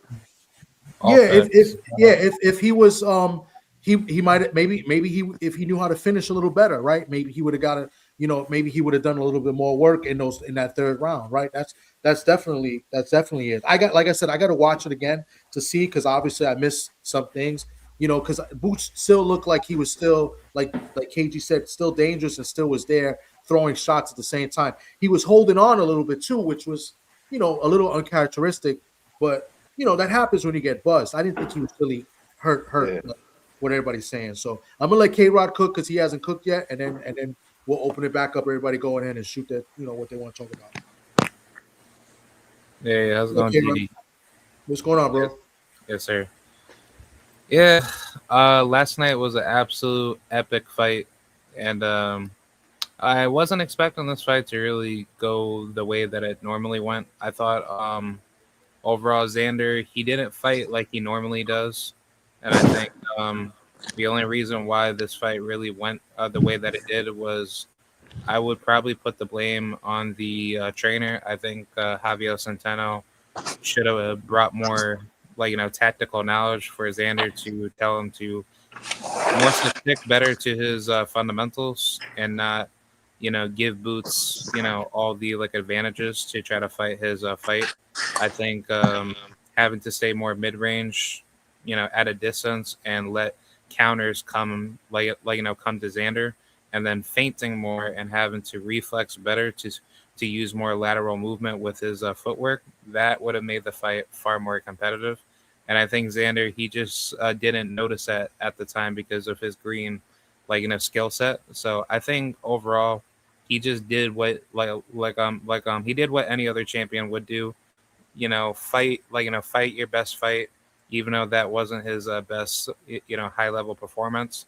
And same thing for Boots too. I think both guys just showed a lot of flaws, and I think overall it was just a measurement of consistency. And I think Jaron Ennis, he was only able to be consistent for this particular fight because there was more flaws that he was able to see at the time of the exploitative, I want to say weaknesses that he was able to beat Xander off of, but it wasn't really by that much. I think if anything, this fight could have gone either way. Xander could have been hurt really bad one moment within the fight, and then next minute, Boots could have easily got hurt, from some big shot, and then he could have easily gotten knocked out.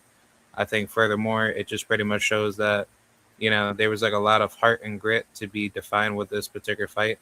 And I think Xander, he pretty much showed that compared to Boots. I think Jaron Ennis, he performed at a good level degree where he used a lot more better, fundamentals, having to press onto Xander more. And I think overall the fight was very competitive to the degree where Boots, he thought having to press up the action would favor him better. So therefore, Xander, he didn't know what to do to put himself in a position to try to adjust better. So I think furthermore, if Xander had, a better, corner within his trainer to try to tell him to utilize his, his fundamentals more and not try to, smother too much, in which he was doing that, a lot throughout the fight. This fight would have been a lot more different and way more competitive. So I think Boots is very lucky that Xander didn't notice that, because if he had noticed that throughout the fight to make better like adjustments, I think that the fight would have been a lot more different. So I think overall it was still dangerous on both sides. Like regardless of like what people want to say, Boots was hurting Xander. Xander was also doing the same thing. So I would definitely like to see better adjustments with Xander having to have more defensive, fundamentals to not try to like walk basically come forward too much and just try to focus more on his boxing like ability because overall he's a really good pure boxer and he can punch. It's just that Xander, based off of how he fights, he's more of of like a passive boxer, semi puncher. He has good sneaky power, and throughout that fight with Boots, it pretty much showed that once he positions his shots very well, he can very well frustrate you and then hurt you, heading into the late game. So I think that's what Xander didn't really focus on too much. He was trying too much of trying to make it into a firefight when he should have just made it into a chess match, and then that would have made it a lot more dangerous, for Boots to frustrate him, heading into the late game to make the fight more competitive. So either way, credit to both men, and I think Xander's ceiling will be a lot stronger at the higher weight classes, but he just needs to work better on his fundamentals defensively and not try to get into these firefights. And then same thing for Boots too, because I think for him, he was how should I say, he was fighting too much off of but the ego to try to make himself how should I say primarily try to look too good for his fans. So I think he played himself into that trap, and therefore his defense was being highly exploited. So I think if he tries to fight like that against a guy like Sebastian Fundora or even Virgil Ortiz or anybody else within the division, I think Jaron Ennis gets brutally knocked out. So I think And I mean, yeah, I actually feel like Boots took Xander out of his element and forced him to fight instead of sticking and moving. Like once Boots started to apply pressure, like Xander couldn't really get back into boxing on the outside, and it ended up being like a inside fight most of the time.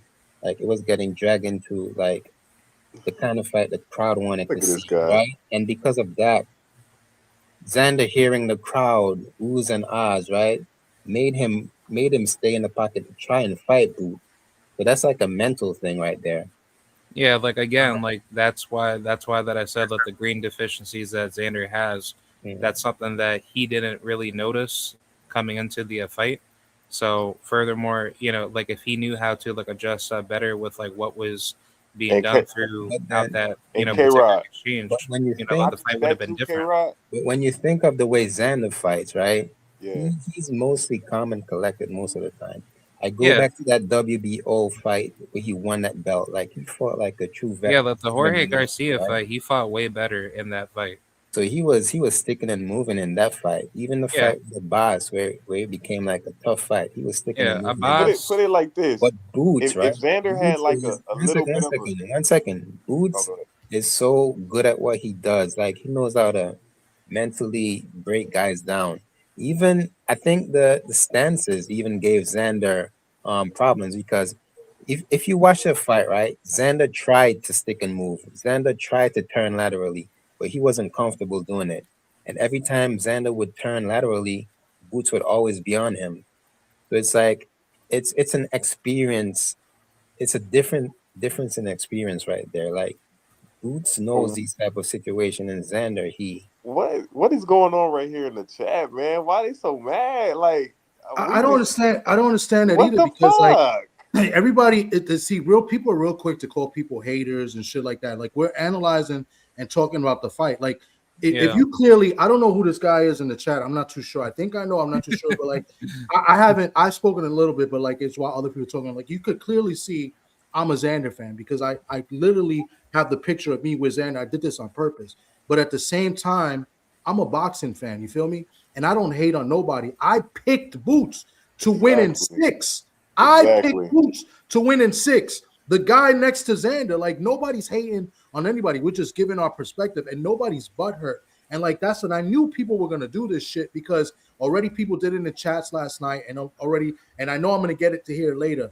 But like I was at the fight too, bro. Like, and I've got a Puerto Rican hat on, Puerto Rican shirt on, and everything. I rooted for Xander, but I know what I know, and I call it the way I see it. Like I'm very neutral. I got no bias. And any slight bias I may have is for people that I rock with, right? Because I want to see them do well. I don't want to see them lose. You know what I'm saying? But if you ask me, gun to my head, who's gonna win? I'm gonna always tell the truth. You know what I'm saying? So like this shit is kind of weird to me. It's weird. Like, like oh, Puerto Rico sucks and this and this and that. Like these people come out crazy, bro. And I'm not saying what this gentleman did in the chat is saying that. I'm not saying he's saying that, but I'm seeing. I'm like. Look, dudes is wild a lot of people have been doing that. Yeah, dudes is wild because like I'm from the Bronx, right? And like nobody would ever come out here and talk the same shit that I see some of these other people talking like, oh, Puerto Ricans are soft, and nobody would do that, bro. I swear to God, nobody would do that. And like already, I've seen it in certain chats, other people. Now again, I'm not talking about the gentleman in the chat. I'm not. I'm just saying overall, like there's no hatred, like. Like if I had a hatred for a fighter, I would openly say, yo, I can't stand this dude. You feel me? Like I always been like that. So like I don't. I knew this was gonna happen. I predicted this shit. You know what I'm saying? Not only did I predict Boots to win, I predicted that people were gonna discredit Xander and they were gonna find a way to discredit Boots in this fight, no matter who won and who lost. And at the end of the day, nobody cared about who. Nobody was gonna care about who won the fight. They only were gonna care about who lost and who they beat. They were never going to look at it for the brightest spot of boxing, like because this was a great card for the sport.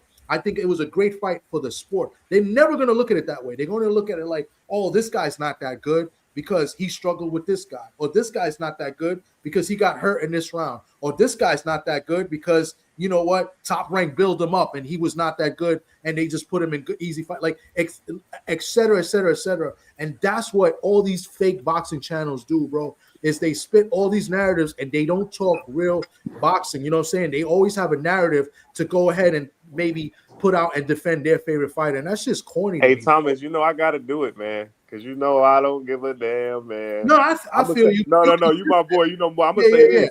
I'm going to say this.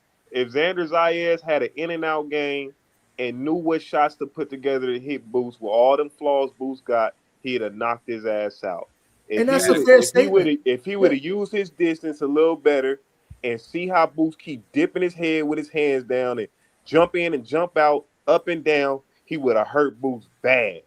And I'm saying that I was also he need a little more experience. If he had like just a little bit of more bounce, up and down, moving, he would have hurt Boots bad. And I'm picking Fundora just so they can be mad. Good. Yeah, well, I think at this level, I don't think he's experienced enough for Boots yet.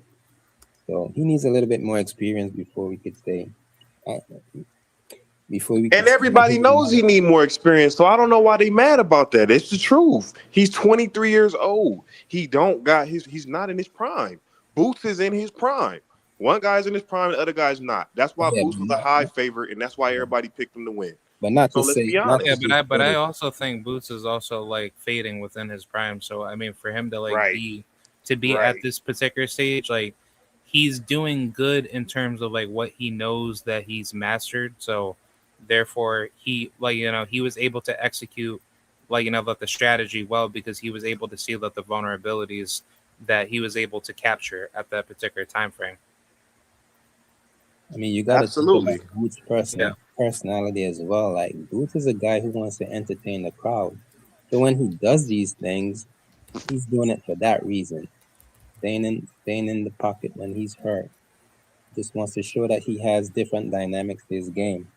I feel that's something. Okay, Thomas, cook on this for me. Cook on this because I felt like some of the guys that Bozy coached been getting hit with a lot of shots, and I feel like the reason is the catching. Bozy wants you to stand there and catch every shot. Yeah. So you see Andy Cruz in there trying to catch shots. You saw Jared Anderson, Jared Big Baby Miller, in there trying to catch shots with Piccoli. I seen him in the gym with Boots before that fight. How do you feel about catching shots rather than just moving out the way? even an out of shape Fulton against Oshaki, like that's trying what to catch shots.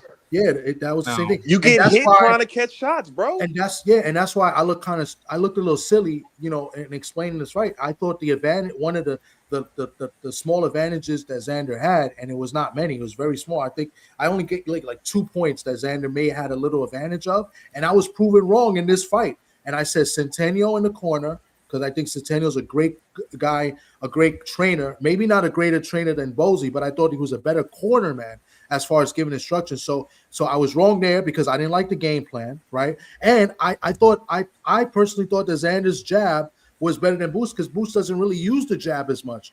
And then Boots came out in the first round and he was using the jab. So I was proven wrong, and it happens, right? I'm not going to be right all the time. That was just my take on the two advantages I thought Xander may have had, and I was wrong about both. You feel me? So but Bozy is in the corner. It's just weird with him in the corner. Like I think he obviously does great with his fighters in the gym, right? I mean, he gets them ready for the fights, but I just sometimes think like his instructions in the corner are just a little too vague, and it's like, what are you doing? Go beat the guy up. You know what I'm saying? Go. You should go. That's what he does. I think when it very gets lazy. to the highest level and you have to get really technical and give sound instructions, I think that's the beginning of the end, bro. Mm-hmm. That's the beginning of the end. Right now, you getting these fights, guys are walking to you. You're trying to catch your showboat, your flash. You can punch. You're athletic. But when it gets really, really technical, I want to see that day. Who said Boots is fading? I definitely didn't say that. I think that was a teach. I definitely would never say that. Boots, it's true. Oh, Boots yeah, dominated like the I fight. said that. Yeah, I said that. Boots dominated the fight. Boots, listen, this was an ass whipping, right? I have to say that with Xander next to me right here. This was an ass whipping, and it was a one-sided fight. And I kind of said this. I said I would love to see Xander have a moment in the fight. And then, Boots wins in 6, but I want to see a good moment from Xander in the fight. I think we get that. And Xander had a moment in the 3rd round. And so, like, everything I said leading up to the fight pretty much happened, and it's still happening because I also predicted how channels and the media and certain people are going to react to this fight. Everything is happening. But I did say that. I said, listen, I love Xander, and I think Xander, 23, is young, but I think he's been well matched, but he's also been prepped. He's fought some good opponents leading up to this. So that's why I can never discredit what he's done in the sport. Like 23-year-olds winning 2 titles, that's a good achievement. He didn't fight bums to get there. You know what I'm saying? And listen, he gets to prove it going forward because I thought the referee should have stopped it in the 5th round. I thought the fight was over in the 5th round. The referee gave him too many chances. I was waving in the crowd, stop the fight. I was like, I was like, throw in the towel. I was like, I'm screaming like I didn't want to see no more punishment being taken because sometimes that can end his career short because sometimes you don't come back from that. So I think Xander can come back from it because the way he the 6th round, it looked like Boots took that round off a little bit, even though he won the 6th round. Right, it looked like he took the round off a little bit, carried him a little bit, and then he went back to work in the 7th and eventually got the stoppage. So, but yeah, it was a domination, and he outworked him. He beat the guy up, bro. He beat the guy up, and Xander had a moment in the fight, and then of course everybody's going to talk about that moment, but they're not going to talk about the other 6 rounds, and that's just crazy. And listen, even in that 3rd round. Like I said, I thought he was only buzzed. I didn't think he was hurt. Everybody else is saying that, right? So I have to go back and watch. I thought he was. He was toast, Thomas. He was toast, okay, man. But he was still kind of shots in that 3rd round. He was still landing some good shots too. So. Xander couldn't land that right hand again, man. Xander, man. That's it. Yeah, man. I'm completely. He's landing that right hand again. Boots going down.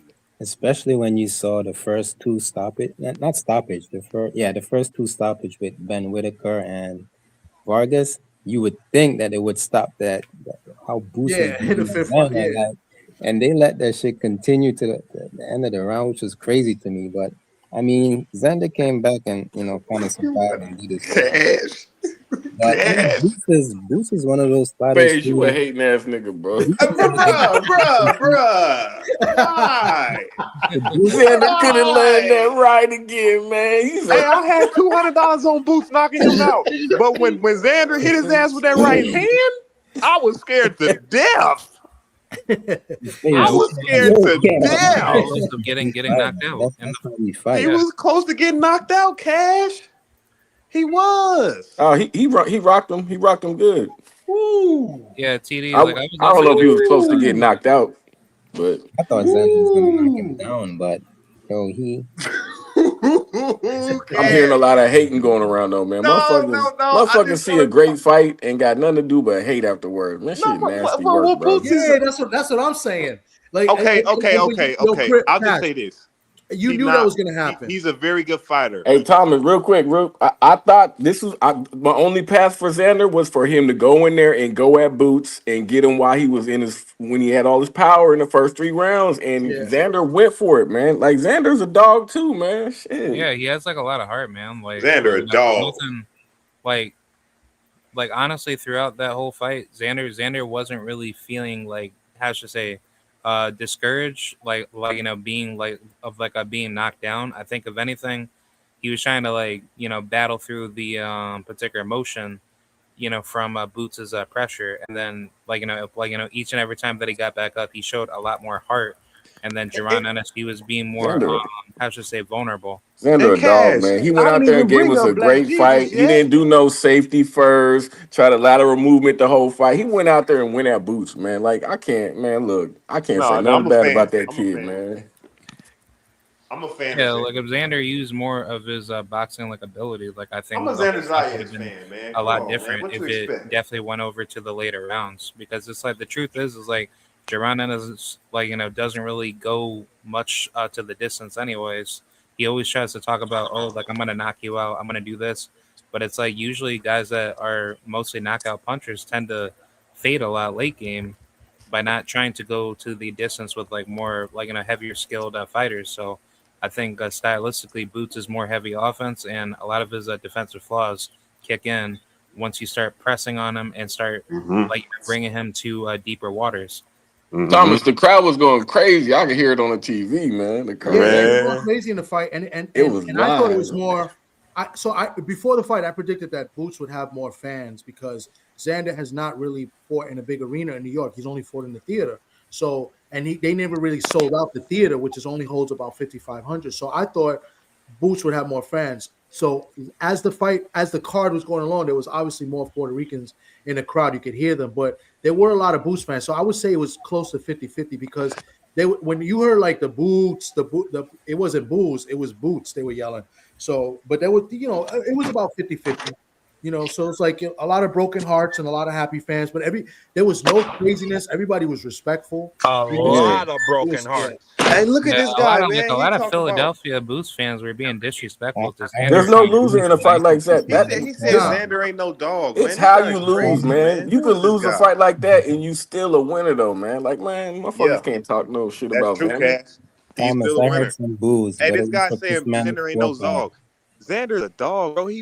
Xander is a fucking dog. He's a dog, man. Why this guy hating in the chat, man? Yeah, I don't understand. I don't understand, man. If he wasn't a dog, he would have quit. He would have ran. He would have ran if he wasn't no dog. Yeah, Xander's a dog, man. Xander a dog, man. That's crazy. Hater. That's a hating comment. Yeah, you can't say a hater ass fucking comment. I agree with him what he was saying about Xander's power. You wouldn't do it yourself either. No, but I do agree with him about Xander's power because I've been saying that I didn't think Xander really has much power, but with this fight, he might have more confidence. Hold up. He might have more confidence in his power going forward. So we'll see what Xander does in this next fight. But yeah, I've always said that Xander's power was limited, compared to other Puerto Rican fighters that we loved and that's a fact, Thomas. After seeing that, he don't really got to do all that extra lateral movement on a lot of people, man. He could sit down on some shots and fuck some people up, man. Yeah. Exactly, Cash. I love that you said that. He can punch. Yeah, but I was also gonna say, what's up, Southern T? Salute, bro. Yeah, I was also gonna say, Xander. What's good, brother? What's good? Oh, I agree. Hey, Thomas, I just want to say, Thomas, I heard you say 3 or 4 times. You said you don't think Boots was as hurt as everybody else. I'm with you on that, Thomas. I don't think he was as hurt as everybody think he was. I do think he was. I think he was hurt, but hurt people don't. Hurt people mechanics don't work like that. You know what I mean?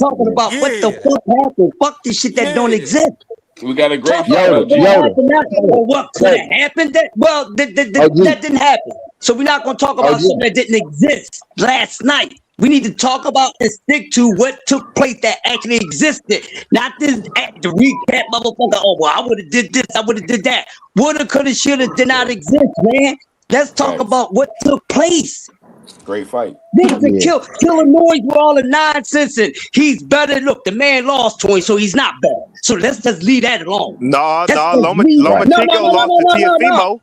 Loma Chico lost to Listen, Tiafimo. I don't give a damn about no Tiafimo. What I don't give a damn saying, about no Loma Chico Tiafimo. lost to Tiafimo, and Loma Chico is better. Yeah, that's true. I think. Well, what that got to do with I last think. night? Nothing. It ain't got Well, nothing. I'm Because saying, we were one of those dudes like Xander Boots. We were one of those guys that like Xander Boots. So what are we talking about here? Talk to him, Chris. that's Sorry why I ass said analogy, Xander bro. is a better fighter than Boots, but he just lost. That's okay. Well, stick to that. He just lost, bro. We not talking about who's better. We talking about who won and who lost. I'm talking about who's better. That didn't That exist nigga, last night. he ain't better. That didn't He exist ain't better last though. night. So I'm not trying to hear that. Not right If he now. was better, he would have won last night. Not I'm not right trying to now. hear none of that. Here you go with the excuses. Here y'all go with the excuses. If he was better, he would have won last night. No Man, excuses. I don't want none of that. he's I don't a want to hear baby. none of that. Xander's a baby, man. I Xander's a don't want to baby, hear man. none of that. He lost He's to a the man, baby, so he's man. not better than him. No. Xander's too young, man. I don't want to hear none of that. I don't want to hear none of that. No, he is too I don't young, want to hear man. none of that. There's no excuses. Xander's a realize how bad good boy, Boots really is, though? and he lost the guy. Boots, that's all that Hey. he too young shit and all that. It was motherfuckers younger than him that had belts What and Boots- shit. How old what was Boots Ali? How show old was you- Tyson and all that shit? What y'all talking about, man? Talk boxing reality, not this bull crap. Bro, real quick, What y'all guys. talking about? We can't do Hold on, that hold on. because when we go ahead and say, "Oh, Xander's too young," that's why I knew people were. We can't do that, bro. Yeah, because I'm not like He I'm is not. too young, discrediting. Thomas. Man, Xander a bad He's too Xander a bad young, motherfucker, man. Thomas. He been a bad motherfucker. He gonna be a bad motherfucker. Yeah, It was a great fight. He, Xander's That was a No, great he's fight. too young, man. He's too young. No, bro, That man did, that man did damn good. Xander hurt Boots more. Xander hurt Boots more than we ever seen Boots hurt in our life. We never seen And he's nobody a make Boots look baby. like that, bro. And he's a baby. That's what. Right, but he's not better. Hey, look. Nah, bro, like, you can't be saying He's that, got bro. 23. Hold He's up, got hold up. 23 Bro, fights. he's been- That was his One at a 24th time, fight. y'all. That was his Hold up. 24th One fight at a last night. time. Yeah, He's He's not too a baby. young, Yeah, man. exactly. I'll just That's say a this lot and of I'll fights, land my right, Thomas? plane. That's a lot of I'll fights. say this and I'll land my plane. Boots You can't is a say good Xander fighter. is. You can't say Xander. You can't say I can- Xander is a baby. Xander started boxing and professionally at 16 years old. He's been Xander fighting is a for baby. a while. He He is a experienced though. baby. Yeah, I can't fact. say he is a better baby. He experienced though. He experienced though. No, he's not a baby. He's a grown man who was a unified champion. He's a grown man who was He a don't even got unified his Yeah, grown champion. man for sure. strength yet. He He don't even got his legit. grown He man legit. strength yet. Hold up. He No, legit. whether Now you he believe legit. he's He's legit. He whether you legit for believe he sure. has his Man, grown let man D-Free strength cook. now or not, whether you believe he has his grown man strength or not, the man was a unified champion, the only unified champion at 154 pounds. The man is not a baby. He's a grown Brother. man that knows how to fight. He's not as experienced as Jaron Ennis, but he is not a baby. He's He's fought a a baby, lot of man. tough individuals. He Hey fought a man, lot of if you tough look it up, individuals in his he's a career. rookie if you prodigy. look it up on any website and you ask when is a boxer's physical prime, it'll tell you between like 26 and 30, brother. I don't The care man nothing only about that. 23. I don't care nothing about that. The Everybody man different. Okay, still you can't care the man about it, but still it's a was fact. It's a no, the man fact. still was okay. The man, what did the man lose any fights prior to fighting Boots? No, Was the man unified champion? he was. Yes. Okay, so what are Xander you a bad talking about? motherfucker, man. Somebody had to fight him. You saying he's a baby? He has to defend the titles. And Somebody shout out to gotta fight Xander him. for fighting him. And he the big Somebody dog. gotta fight him. He fought who they wouldn't fight, but he was too young. That's a fact. He was not too young. If he Yeah, was he too was. young, he wouldn't have been. If he was too young, he wouldn't have been a unified champion. He was too He wouldn't have young. been a unified champion. He was He too wouldn't young have for been a that kind unified of fight. He was too young for that No, fight. no, you're never. If you Ali are the was too young champion, for the lifting fight. hold up. If you are the champion, you are not too young to fight at the top level. You are the champion. You're not too young. It still don't take away the fact it's a little too early. It still don't take away the fact it's a little too early. How can it be too early when he was the champion? He All right, wasn't fighting for. well, I'll just say this. He was not fighting Give for Xander, Boots title. And Give Xander asked Xander for a the few more smoke. years, If and I'm when Xander mistaken, becomes Xander champion asked for at the smoke. 160, Boots It would make rematch him. sense, but it would make sense if he was fighting for Boots' title, but Boots was fighting for his title. We having the wrong Boots was fighting for conversation right now, man. We having the wrong conversation right now. They We don't want having to the wrong acknowledge the conversation right now. truth. They just don't I want to think acknowledge no, the truth. look, no, bro. I don't think I'm disagreeing with you. I'm agreeing with D Free, but for a different reason, right, bro. I'm disagreeing with you because I'm talking like the fighter that Boost is. Xander is never going to beat. Xander is not capable of doing the stuff that Yes, Boost he can do in the can. ring. He could beat That's that dude. He no, could he beat that can't. dude. Xander is, Yeah, he hey, can. bro. Xander is damn good, bro. He's damn. I think he's more athletic than people give him credit for. I think he can box his ass off. Again, I think he should have boxed more last night instead of bang. But I think he can box his ass off, bro. But he can, like, he would never be if you They need a you rematch just at if 160. They need a rematch at 160. I think Xander, when he get 26, 27, and he fight Boots in a little bit, I think Xander can beat Boots. Absolutely. Yeah, plus they Xander's so you before saying they in big. 3 years. So you Trying saying to in 3 years. In Bigger three trying to fighter. years, You he age saying in could three beat Boots that years. dude. now. He's trying to age Boots out now. He could beat that 27. dude in they a couple may years. He can scale better at the larger weight classes. they may Oh they man, may yeah, re, it's they getting may rematch 29 they right may now. rematch Yeah, at 160. They may rematch down the line from now, but at this current moment, he's not a better fighter. you can't fuck with him. Yeah, he can't. You saying Xander No, Zayas has Xander a Zayas higher took on a good ceiling. challenge, and he urged to be Xander the best. Zayas is who he is. That's what Xander Zayas has always been as a he a fighter. damn good He's fighter, got bro. he And he got Yeah, better he's a at his pure skill boxer, level. He semi got puncher. better at his skill level, but what you see with Xander Zayas is what you see with Xander Zayas. He's gotten No, better no, no, no, No, no, yeah. no, no, no, no, D, no, no, no. D free. I can't Listen, agree with you about Yeah, that yeah, either. that's bullshit. That's bullshit. Big I'm dog. not asking y'all. I'm not asking y'all to agree. I've been watching Xander Zayas since he first fought as a pro. Maybe me and Thomas might have been the only ones because me and Thomas is Puerto Rican. So Uh we uh might have been the only ones uh to uh watch his uh first fight. But at the uh end of the uh day, if you watch Xander Zayas' very first fight and you watch the fight that he just fought last night, he fight the exact same way in every fight. He's gotten better at his Wasn't skill even level. fighting But like that versus that, LaBaz. I no, would. but Hey, that D is free. that is his skill Oh level. no, That's bro. his skill level. Xander actually used to like last night wasn't as of late. It's been an anomaly because he been boxing like y'all said laterally and shit. Now as his maturation, but when he first started, he was a puncher, quote unquote, like a come forward, walk you down punch guy. He reverted back to that last night against Boots when I think he should have brought the other guy to the ring, the lateral Okay, and mover. it and wasn't that's Yeah, just he a should have. exactly what He I'm on. should have saying. Hold used on, his. wasn't it just an What, onslaught? He just got. He just. I mean, Boost just whelmed on him. Now There's Xander, nothing he can do. No, no, no. but There's nothing he could do at that go point. ahead, He go ahead, go got ahead. the first round. It was a tornado towards him, and like his boxing IQ is not there yet. But he's not going. He's not going to get. As long as he keeps going, he's going to get Now don't only do that, better. bro. He's going to get better. Nah, You bro. can't. Don't no, be Do that, don't that.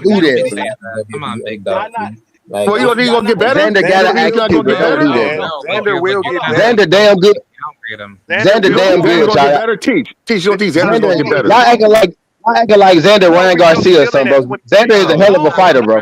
no, That Garcia, dude's bro. a no, hell of no. a fighter, bro. Listen what I'm Xander saying. has improved a Xander lot. Zayas, He's gonna be better. his ring IQ will get better. His skill set is what his skill set is. He's No, he not can going to get better. change his skill set. He's He not. can get No, better at you his skill can. set. Oh, hold on, man. Stop talking while I'm talking. Hold on. You can get better at your skill set. He's not going to change what he does. He can get better at it. That comes with experience. That comes with practice. The same way if a person is a three-point shooter, he's a three-point shooter. He's going to get better at being a three-point shooter. His percentage is going to go up the more shots that he practices on. Xander Zayas is what he is. He's not going to be a type of fighter like Jaron Boots Ennis is. Jaron Boots Ennis is a different type of Yeah, fighter. You saying I'm you not trying saying to yeah, he's yeah. say the Yeah, same fighter he as him. doesn't He need to gonna be That's be. what I'm himself, saying, but he gonna be and better. that's what I'm saying. Here. I don't know why you guys don't think he's going to get any better. I mean, I don't understand where No, you guys are coming from. I think he No, will. we not saying he's not gonna get better, big dog. What saying we saying is not Booth has saying. a completely different skill set. Like Oh, I'm he not got comparing more him to Boots. weapons. I'm not Are comparing He him y'all to got Boots. more. Well, Now I'm that's what just we. not. Now that's the Are conversation. y'all not? That's the Are conversation that y'all we not? having though, big dog. Oh, okay. My fault. We Okay. Yeah, no, we no, have. Wait, yeah. Well, Is he? I'm not saying he's not going to get better. He's going to get better with experience. You're going to get better, but he's still going to be the same type of fighter that he is. That's Bro, his that makes skill no set. sense. You're not making sense with Boots that. got more weapons. What I'm saying Boots is got this. more weapons in the bag. What I'm No, saying is this. He got more weapons. Don't try to Oh, strong whoa. arm my argument. What I'm saying is this. In 3 years, with more experience, after having this fight, after getting bigger, getting stronger, getting more knowledge, he's going to be a different fighter than what we've seen yesterday. Don't say Of nothing course. about his skill. of He's going course to he's be going to be a different a better fighter. fighter. On top of that, his So is training Boots regimen though, will get nigga. better. So is Boots. What are you Nah, saying?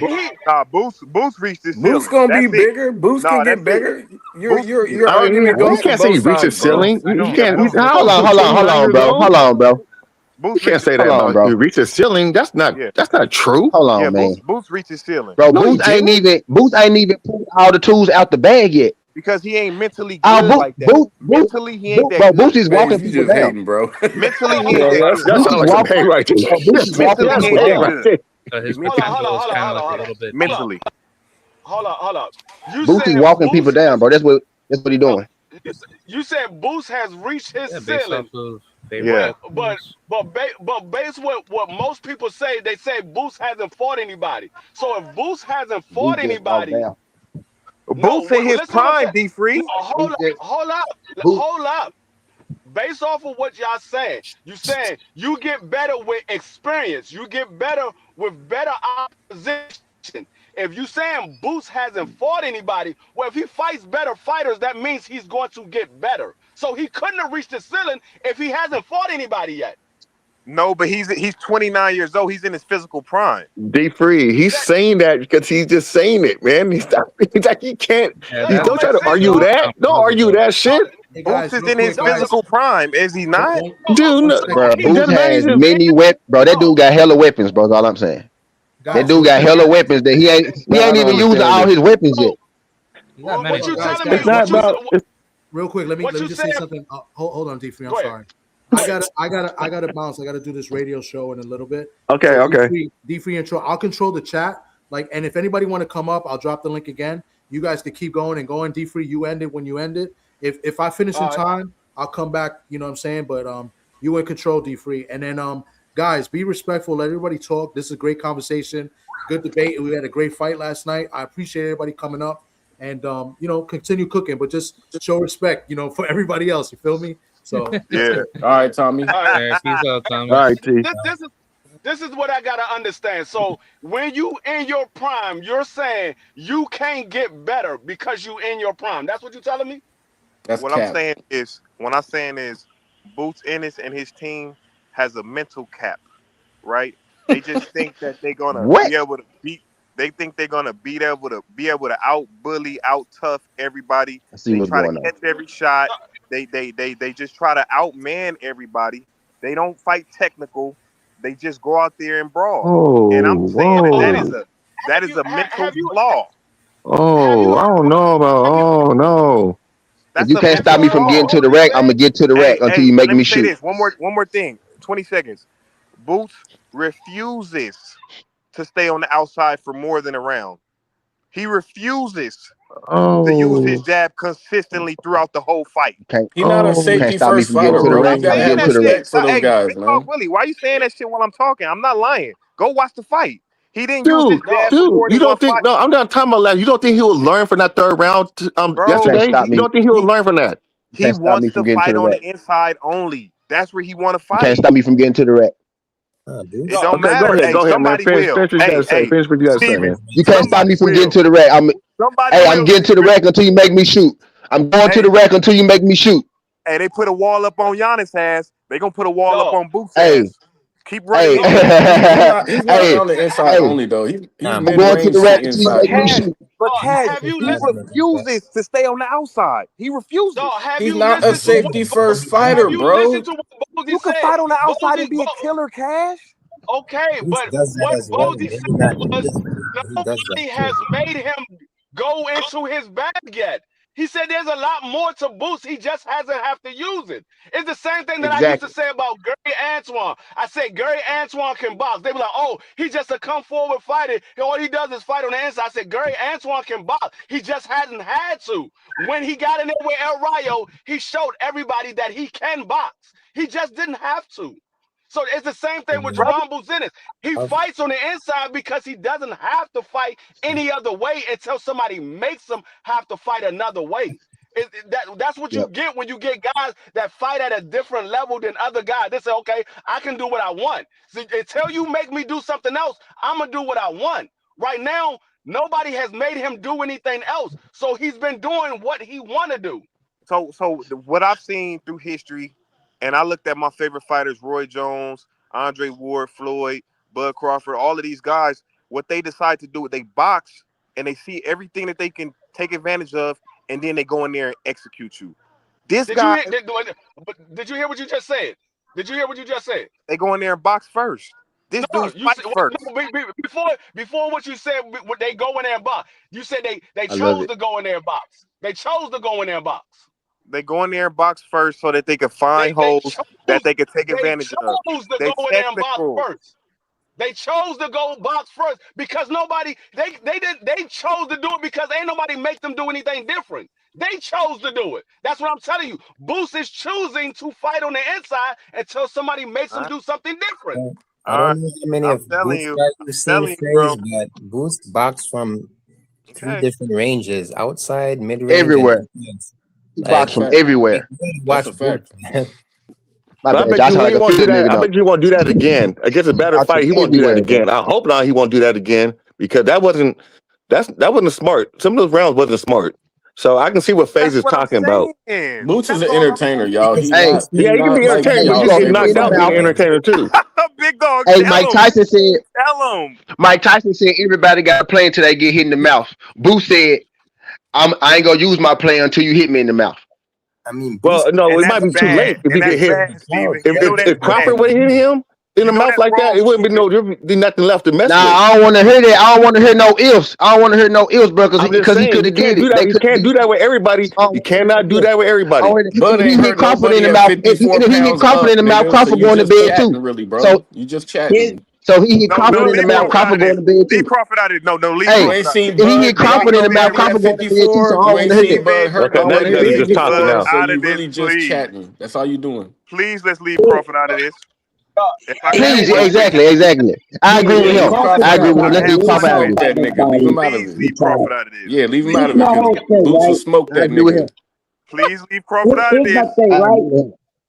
Because we can't see it. Why we so focused on criticism for what a person did? I'm listening.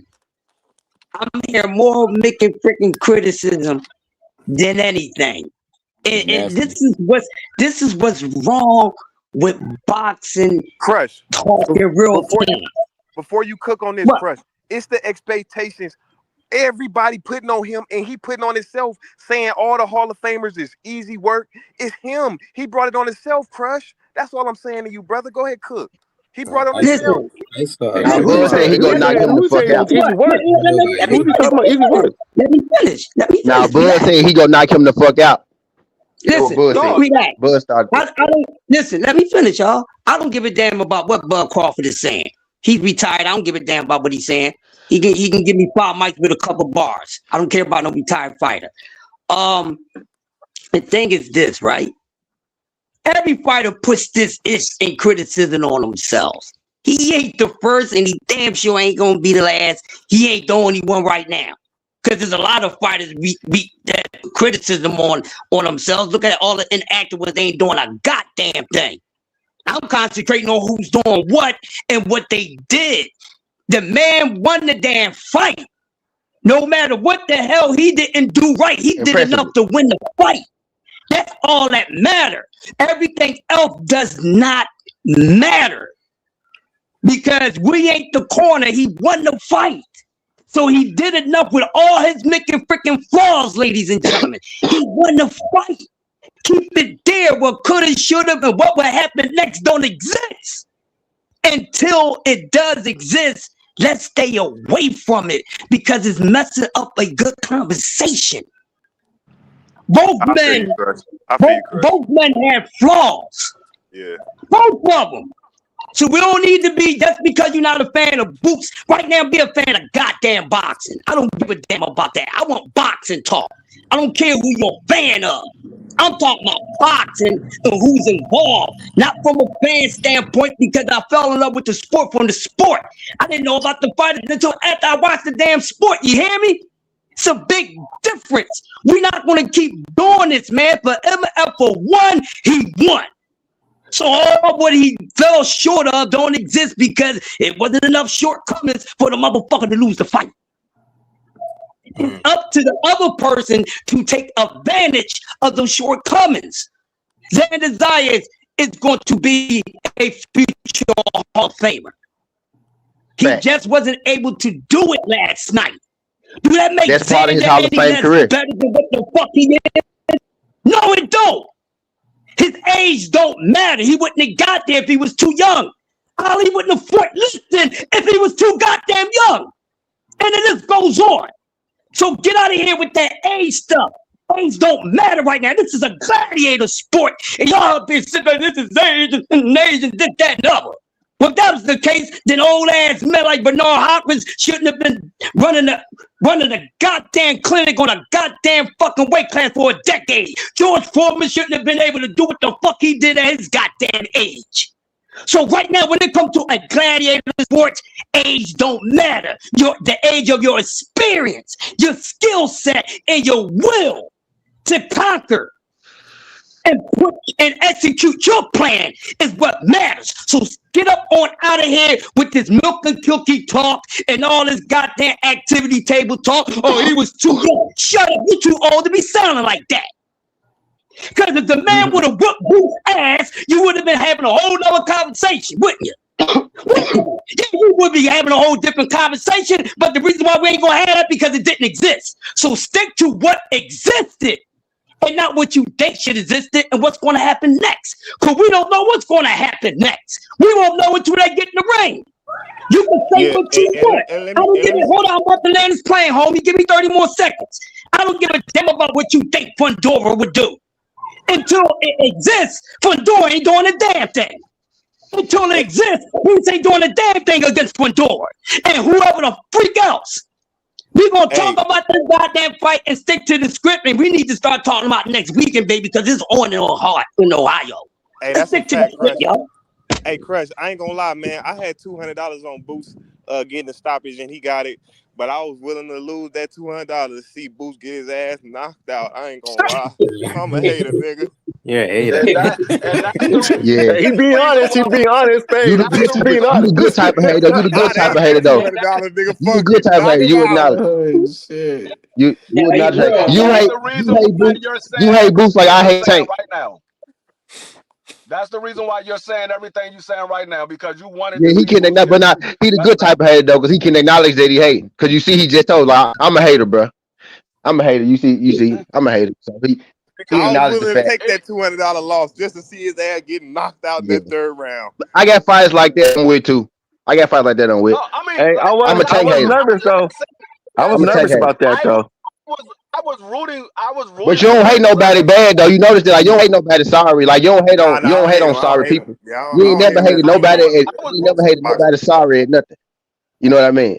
No, yeah, I was rooting for only good Xander Zayas because fighters get hate. Puerto Rican. I wanted Xander Zayas to win, but I knew that Jaron Ennis is a much better fighter than Xander Zayas. That's why I picked a 7th round knockout, and I said that 2 weeks ago. I said Jaron Ennis is going to knock him out in the 7th round, and I said it wasn't going to be a knockout. His corner's going to stop it. They're not going to let him get beat up like that, and that's exactly what happened. His corner stopped that fight. They were like, "No, he's taking too much punishment. We're not letting this young kid get beat up like that."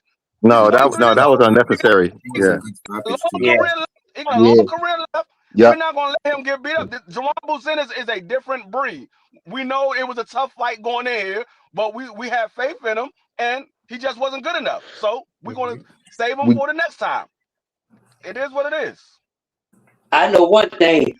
Whoever's in the fight next, he gonna kill him. This is just nothing but to to spark him up some more because he is damn good. That's why nobody should be upset about if Xander lost. He lost to Boots Ennis. And for the haters, the reality is this. Hey, Crush, I got a quick question. Him going up to 160, he's going to run 160 by himself. It's going to be him and nobody else. So you got that Jesus Ramos up there now. Yeah, I think at 160 he runs a gambit up there. Nah, a dumbass just went up there too. Big Dog Willie? I think he can beat up everybody up there. Everybody. Yo-Yo. And 160? I don't know about Yo-Yo. You got Yo-Yo. Hey, Yo-Yo a bad motherfucker, but I want to see You got a couple guys up at 160. There's a couple guys up there. You got what's his name? I think he runs the table up there. I don't want Xander to turn into this. I don't want Xander to turn into this stand in front of you fighter, bro. No, I'm not with that. I ain't with this stand in front of you, Xander. I don't like that. I don't like. My respect grew for Xander when he turned into the boxer. I was like, this nigga really elevated. He really like you can see the evolution of his game. He went from a kung fu fighter to a goddamn boxer. I respected that, and he went out there and he just fucking stood in front of Boots. That's what Boots wanted you to do. He wanted you to do that.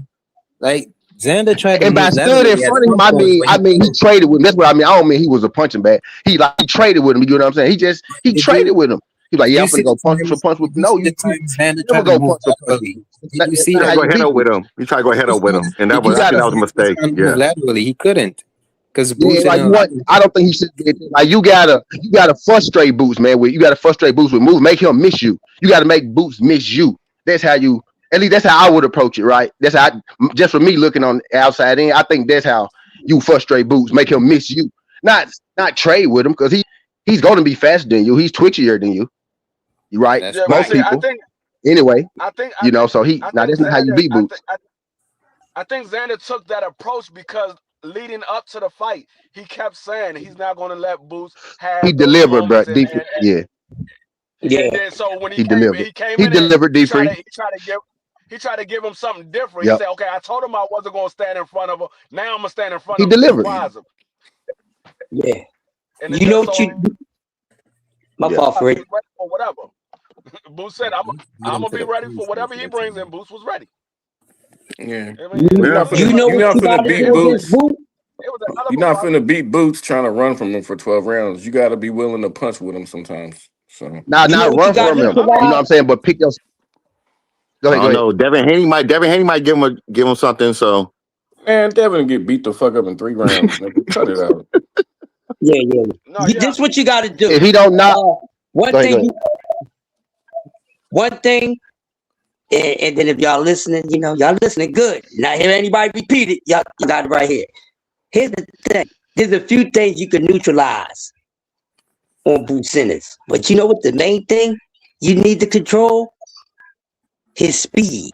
If you got perfect timing and can take and you can control his speed, he's gonna have to use his head a little more.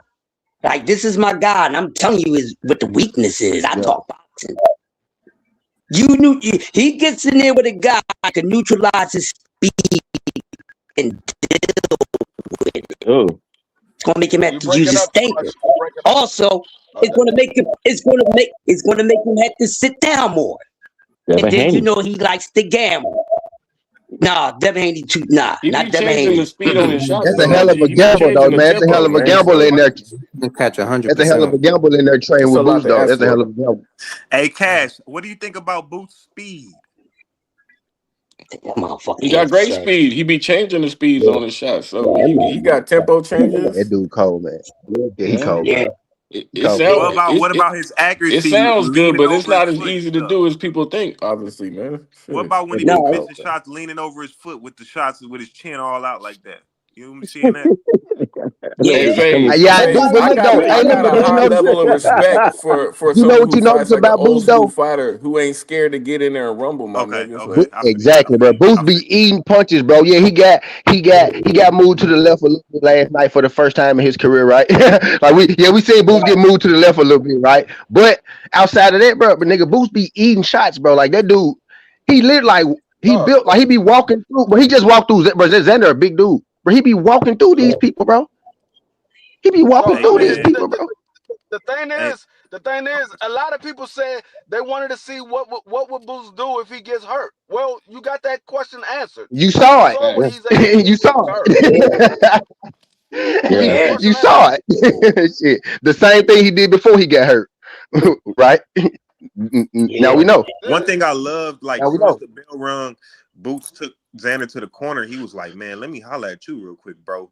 You got a Craft. That's good the same style. I thing I could said tell you one earlier, of bro. them." It was like, yeah, bro, we got him, but hey, bro, you got my respect, bro. Like, I ain't gonna lie. Shout out Now to Xander two that cold bro. Xander dudes, that man. nigga, bro. Xander that nigga, bro, because he signed the contract, he stood out Boots smoke, and he stood toe. I'm gonna give him credit for standing toe to toe with him, even though I don't think you should have done that. I Hey, think you see, he delivered. Steven, you see this shit Aircraft saying in the motherfucking chat, man. This is why. This is why I be cooking his ass. Look at this. Boots a Sugar Ray Leonard and a Yeah, Hagler hey, look, I ain't jersey. gonna lie. I gave him the Hagler junk because I did say Wait. Boots What he reminded say? you of What he like. say? Hold on. What he Hagler. say? Yeah, you right now. He ain't got no chin Yeah. like Hagler. Wait, Or wait, he wait, No, wait, ain't not wait, no wait, cheating wait, like wait, that. wait, He's what? saying like What he say? Hold on. I nah, didn't hear what he old said. school, You gotta look at what he's old saying. school, He's saying he's a old school fighter. Boots Like is he ain't Sugar scared to Ray trade. Leonard and a Hagler hybrid. What he's saying is he got hand speed and movement like Sugar Ray Leonard, but he's a switch hitter and a power puncher like Hagler. That's Like what Yeah, he's that's Hagler. a saying. little, Not that's a like little bit too Sugar much. Ray That's a little D bit too much right free. there. That's a little bit too The much. name's throwing you off, but he really using the type of fighter, right? The name's throwing you off, right? No, But he that's really doing talking too about much. He the don't type have of no fighter. chin like no goddamn Hagler. Now he got a chin Man. though. Not like no Man, fucking ain't nobody say Hagler. And ain't nobody say Hagler nothing might be about a top chin. 5 though. Hagler Ain't might be nobody top say 5 nothing though. about a chin. Ain't nobody He say got a nothing chin about a though. chin. He got a beard. Now he got a beard though for sure. okay, this would be my biggest pushback. I'll say this. When we watch Sugar Ray Leonard, when he fought Hagler, when he fought Durant, when he fight these guys, he boxes first. He don't just go out there and get hit and fucked up No, in the beginning of the fight, always bro. box. He Okay, boxed. but that's Sugar. But see, that's No, Sugar no, Ray I Leonard. ain't gonna say always now. Sugar, Maybe now once or sugar twice. mix, sugar mix it, Hold on.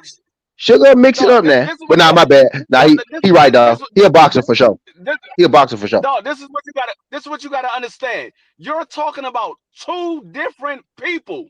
Sugar Ray Leonard is Sugar Ray Leonard. Jaron Bucenis is Yeah. Jaron Bucenis. What he choose to do is what he choose to do. What Sugar choose to do is what Sugar choose to do. You saying, oh, see, Sugar Ray Leonard box first before he's like, He no, made the that's what comparison, D free. I didn't make the Sugar Ray comparison, bro. no. What you're saying, you're comparing what Sugar Ray Leonard did versus what Jaron Bucenis did. Sugar Ray Leonard, he chose to box. That's what he chose to do. Yeah, Jaron yeah. Bucenis chose to fight in the pocket. That's what he chose to do. Those are two different people. So they not different. And They not Sugar the will fight same. in the They not pocket the too, same. though. Like Sugar will that's a fight too, though. misconception about Sugar too, because Sugar will fight you in the inside though. I done seen him in the box. I That's done a seen bad people. comparison. That's a really bad comparison, though. Very bad comparison. Let's just I get move you on. saying, like, yeah, like I get you saying in the sense, yeah, it's the wrong names, but he talking about the style of fight is what he's saying. Like he No, talking he about the don't even style. fight. No. But see, like I said, he was talking about the boxing ability and the hand speed of And Sugar hand Ray speed. Leonard. He was talking about the He's switch hit nowhere and the near power boxing that ability. Hagler has. Yeah, he's not nearly What? boxing ability of Sugar Ray Leonard. No. Nowhere near No. close. Not even in the atmosphere of boxing ability. And Sugar Ray's faster, crazy? too. Sugar Ray. Are y'all crazy? Are y'all crazy? Are y'all crazy? What? Because What? nobody said he boxed like Sugar. We said he has boxing ability, like Sugar Ray Leonard had boxing ability. I didn't say he boxed like Sugar. What the fuck? No, Okay. I ain't nobody say he boxed like Sugar. D free, I said you his take boxing every ability. word, every comparison, and then you try to strong arm it into a just to come out right on the No, same he thing. just said no. He don't. What we say? He don't box like. He said he don't box like That Sugar. nigga I ain't said say he strong did arm. box like Sugar. I didn't say he did box like What I'm Sugar. saying, if you say you box like somebody, then I'm I envisioning didn't you say he boxing boxed like like them. anybody. I didn't say he boxed like anybody. I said he has boxing ability like Sugar. Everybody has boxing ability. Everybody has boxing ability. That's so vague, bro. No, everybody don't. No, everybody don't. Pitbull Cruz do not have boxing ability. Williams Okay, Zepeda does Cuello not have boxing got ability. boxing ability like Sugar Ray Leonard. Okay. You that's what we No, he saying? does not. No, he don't. Okay. No, he don't. Okay. No, he does not. Okay, D-Free. He Okay, not as D-Free. snappy. Like, he ain't that snappy. Like you said, Sugar Ray fast as hell. Somebody just said Sugar Ray faster than Boots. Them folks Out of fast this as hell. argument, bro. You strong arming the fuck out of this argument, but it's okay. I can strong arm whatever I want. I can strong arm whatever I want. Ah, man. You never tell me what I'm saying. You talking about, oh, he doesn't box like Sugar. I never said he did box like Sugar. I said he's more like Roy Jones, in my opinion, and Roy Jones said it his own self. He said he remind me of myself. The crazy part is Sugar Ray ass fought at 60 and shit. That's the crazy part. Sugar Ray Leonard. Now you tell Roy Jones. Yeah, Roy don't. Jones he crazy because Roy Jones said out his own. And he was a small dude though. Am I tripping? Did Sugar Ray fight at 60? He did. He fought Hagler at 60. He fought at 60. I'm kidding, man. Like, he was a small dude to be fighting at 60. When you look back, or when I'm just sitting there not that small. He fought at 60 and he fought at light. But when you see him next to them other boxers, but he be the littlest nigga in the room every time. I seen them standing next to Tommy. Not that small. What is Sugar Ray like? What, 5'10", 5'11"? He's not that small. Sugar Ray Leonard He about 5'10". What are you talking about? He about 5'10". No, small. But you gotta think, like he said, small. His frame is small though. Like he got a smaller frame than all them dudes that he fighting most times. No, most times. Yeah, Sugar Ray Leonard small. Sugar Ray Leonard small. Yeah, his frame. He not short, right, big dog. But his frame ain't. You may sound like he was like Pacquiao or something like that, and I was like, what? Nah, fuck nah. Pacquiao little. Pacquiao little, motherfucker. That's a little dude. That's a little dude. Like when you said small, I'm like small. Nah, he don't got a big like Sugar Ray. Sugar Ray, bro. Hagler fought at 160. That was a big, bro. That was a big dude, bro. Hey, Steven. Hagler was a big dude, bro. Boots remind me of Berto, man. Berto. Andre Berto? Yeah, he remind me of Berto. Don't do that. Don't do that, bro. That's cold. Don't make me do Berto like that for one. Berto was nice, bro. He ain't no damn Boots though, bro. No, he's not. No, he's not. Boots athletic, bro. That's going too far. Boots athleticism is fucking crazy, bro. Crazy. Yeah, that's not Berto. That's not good. All right. Let's bring it back. Let's bring it back. D-Free, do you think Boots is a better southpaw than orthodox?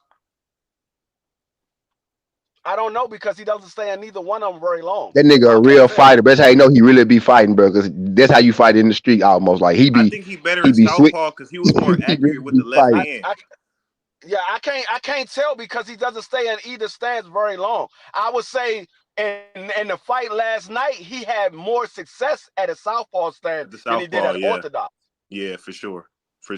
Southpaw was working for him last night. Southpaw, but I can't tell which one he's better at because he doesn't stay in it very long. Nah, he nice, bro. That nigga nice, bro. He nice for sure. That nigga nice. Do you think he switches too much? No, I think he switches depending on what's happening. I think what's happening. Yeah, what's happening. That's why you can't. Don't make him be. Don't reel him in. Let him do what he do, bro. Let him do what he do. I forgot what fight it was, but some fights. It was a fight that I watched. I think I only seen him switch one time. I forgot. I think it was the. And then some dudes be switching. Some dudes be switching. They be throwing off balance. You don't never see Boots switch and throw off balance. Anytime Boots switch, it's a crisp switch and he landed. You know what I mean? He don't be off balance when he switch or no shit like that either. Like he got that shit down to a science. Hey, I got Aircraft mad in the chat with that Andre Berto comment, man. I'm just playing, man. He don't remind me of Andre Berto, man. Damn. That's the conversation right there, Hot Rod. Really, we need to be. I like that. I like that conversation. The Fundora, because that actually could happen. Fundora Boots. Well, what you think about that D-Free Fundora Boots? Might be a Kelly in there somewhere, but if Fundora's having success with that jab on Jaron Boots, it's going to be a long night for Jaron. But if Jaron can get around that jab and be able to land the shots that he needs to land, I think it's going to be a short night for Sebastian Fundora. Exactly. Yeah, I seen everybody Fundora fight with land on him. Hurt him, Boots, bit, yeah. Boots get a bingo. There you go. Boots get a couple of them shits off. Boots get a couple of them shits off. Somebody gonna be snoring in there, and it ain't gonna be the dude from Philly. It ain't gonna be the dude from Philly. It all depends on Fundora's jab. If that jab is successful, it could be a long night for Jaron Boots Ennis. My But Boots go if he get in can there, get get around the that jab, Boots go get in there, get the dip, and y'all know how Boots get to get in there. He walk in there, he go get to get in there, squatting around and shit. He go knock Fondora's out. What? Now that dude really be fighting. That's the funny part, bro. Like he really be fighting in the boxing ring. Like he really be fighting like he in the street. Like, but it's crisp though. Like it ain't like he that's the only really be person fighting I though. think that will make. He gonna knock Fondora's I out, think man. at 54, I think Fundora might be the only person that make Boots do something that we haven't seen him do before. I think Yeah, that's the Fundora fight. might be the only Yep, person that make him that's do the that. fight. That's the fight. Because Everybody else his getting length, smoked. I'm just be real with y'all. and his height, yeah. Because his length and his Everybody else height, getting smoked. he's gonna have to have a different. He's gonna have to have a different game plan for Fundora because he's never fought nobody with the length and the height of Fundora. Maybe in sparring he might have fought some tall guys. I don't know, but as far as in an actual fight, he ain't fought nobody on that size frame. What about this, D Free? When you talk about Boots and you hear all these sparring wars, I do respect Fundora. How you feel Come about on now, aircraft. How you feel about the Huh? sparring wars at this point in his career with Boots? What Boots sparring having all these sparring wars we keep hearing about. I mean, He sparring is used to have sparring. a It doesn't make a difference. I mean, I've heard about a lot of people sparring wars, but sparring is sparring. That doesn't matter. What matters is what happened when the lights cut on. I don't care nothing about sparring. I mean, yeah, you might get paid to spar with somebody, but that's not where you What get about your your wins and chin? losses from. You think it break your chin Because down a little bit? if you're taking a lot of you have on beating in him. sparring, if you're taking beating like James Toney, he got ruined from so much sparring that he did. He took a lot of shots in sparring because he would spar all the time. That's why James Toney talked the way he talked. That's the reason why he's having the effects of him sparring now. That's the effects of him sparring because you can ask a bunch of Now fighters Jihad, that know James Toney, that's been in the gym with James Toney. They would tell you James Toney sparred too much. He sparred too much. Jihad Tucker said the aircraft. Jihad Tucker said only a certain type of person even spar Boots is he only can get a certain type of sparring anyway because you got to be a certain type of person to even get in there with him for that reason. Hey, Jahai Tucker looked good yesterday, man. He did, bro. Especially for the opponent he fought. A lot of people don't even know, but that was a good ass opponent he fought last night, bro. You know what I mean? Of course you go get hit. Of course you go. I wouldn't say he looked Go ahead. I wouldn't say he looked good. I would say he did what he was supposed to do. I give him that. He did what he was supposed to do, but I wouldn't say he looked good because that at the end of that daggone fight, he didn't look good. So I can't say he looked good. Because Sandino got cracks. Know what I'm saying? That dude could put. Know what I'm saying, bro? That dude could punch, bro. Like that was a real fighter. That a lesser man would have been asleep. A lesser man would have been asleep. I'm gonna tell you like this. Salino lost that fight. Salino lost that fight. If he would have continued to the body, he probably would have stopped Jihad Tucker. He couldn't, man. He couldn't. Cause Jihad got that little Philly. He got that Philly shell, bro. He got them angles, bro. He be leaning, he be rocking, bro. He got that weave and shit. He unorthodox. He hard as hell to fight too. He got a lot of the shit that Boost got, but he don't got the power. You get what I'm saying? He got a lot of other stuff that Boost possess, but he don't got the power Boost got. He stopped going to his body. You go back and look at the fight. When he hurt Jihad Tucker, he stopped going to the body. He started headhunting. Jihad started hitting him with that. Jihad started hitting him with that uppercut. I mean, whether he hit him with the uppercut or not, the man still you disguise. You go up top, then you go down to the body. You go up top, you go down to the body. You go down to the body, you go up top.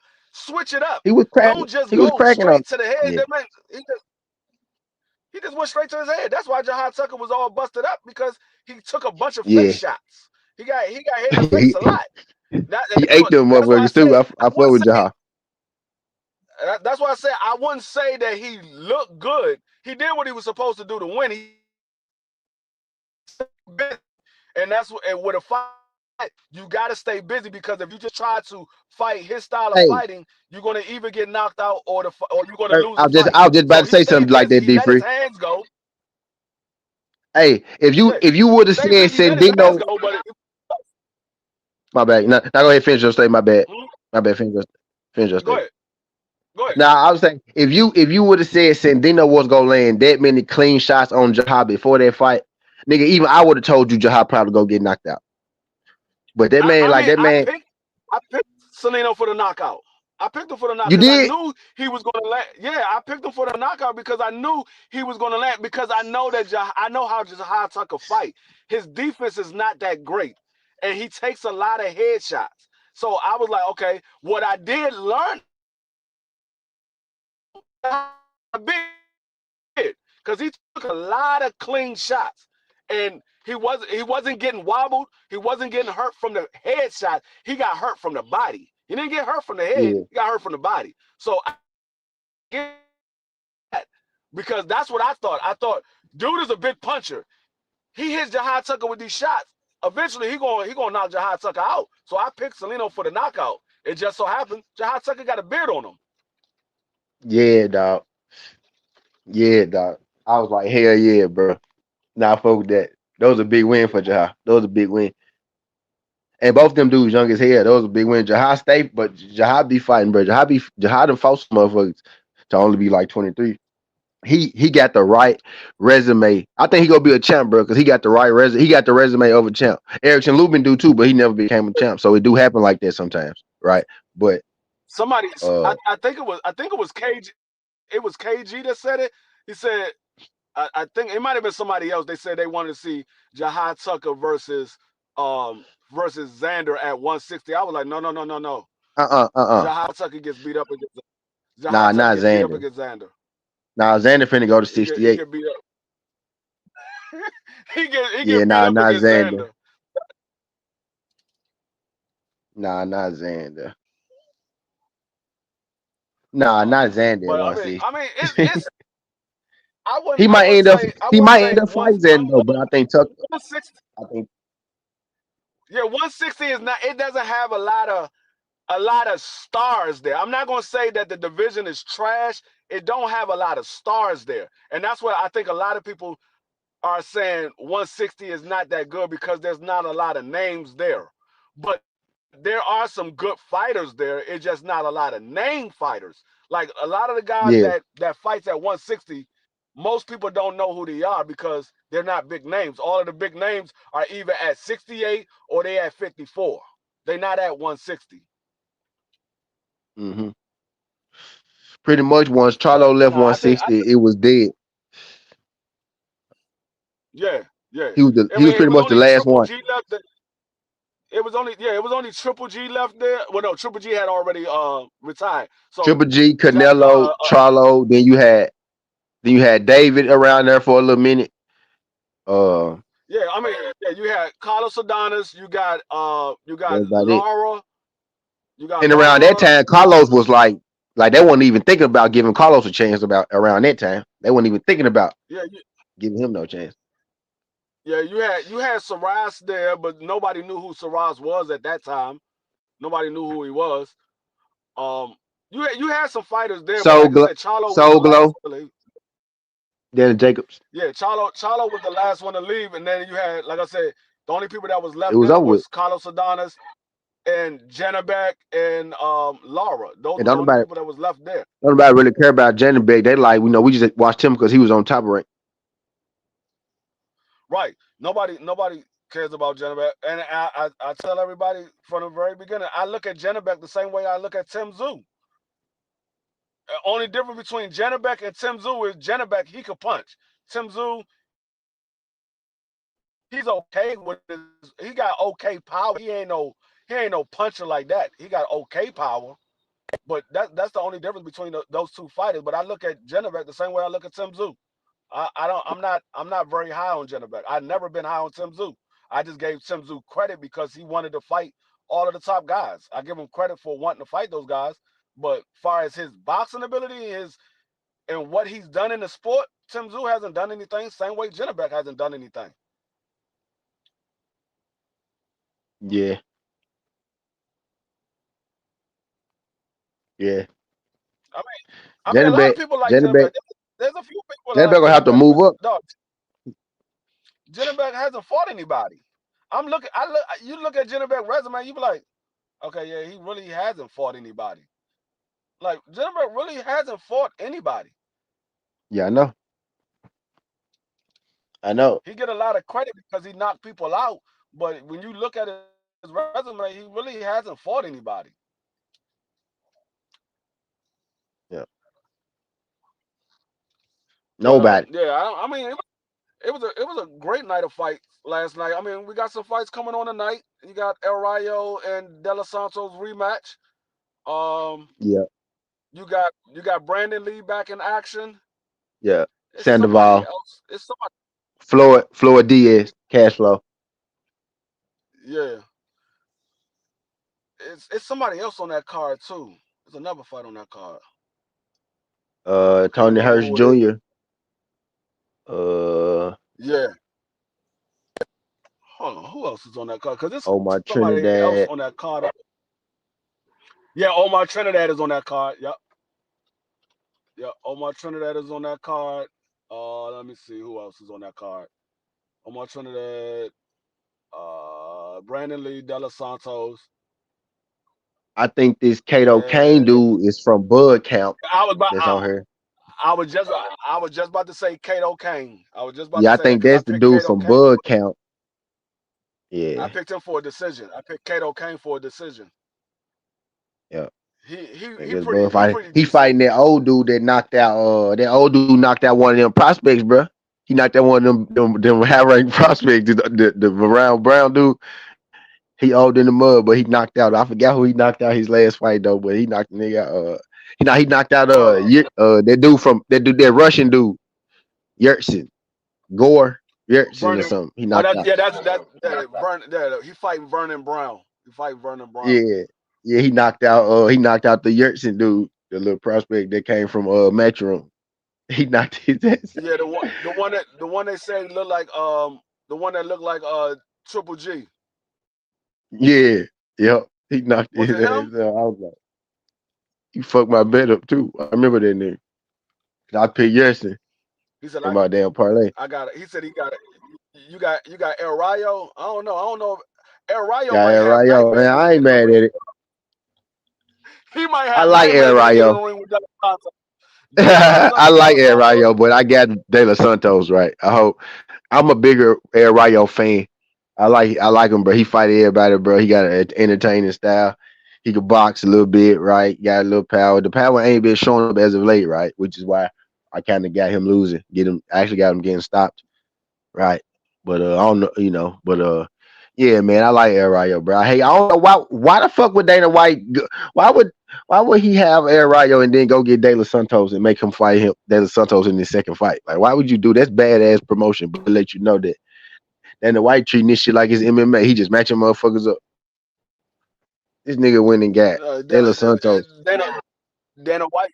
He trying to get Zuffa off and running. He's like, man, I need to get some exposure, get some people to look at Zuffa. Man, I'm like, bro, what is you I doing? mean, he's I gonna said, get all the looks he can get up until I said De September. Los Santos. Come I September, I'm said, be watching Sunday Night Football. I'm be watching Sunday Night Football come yeah. September. I said, I am not I watching no said, is you Zuffa. trying to? Damn, we is gonna have football and Zuffa together, ain't it? It's gonna be beautiful. But I said, bro, I'm, is you trying to get? Is you trying to get this nigga beat or something, bro? He went and found the one nigga he thought could beat him, didn't it? Like that what I felt like. you know He what? was like, "Damn, who could beat this It nigga?" might That's Santos. it might be that type of situation. It might be in order for De Los Santos to get a long-term deal, he might have to win this fight.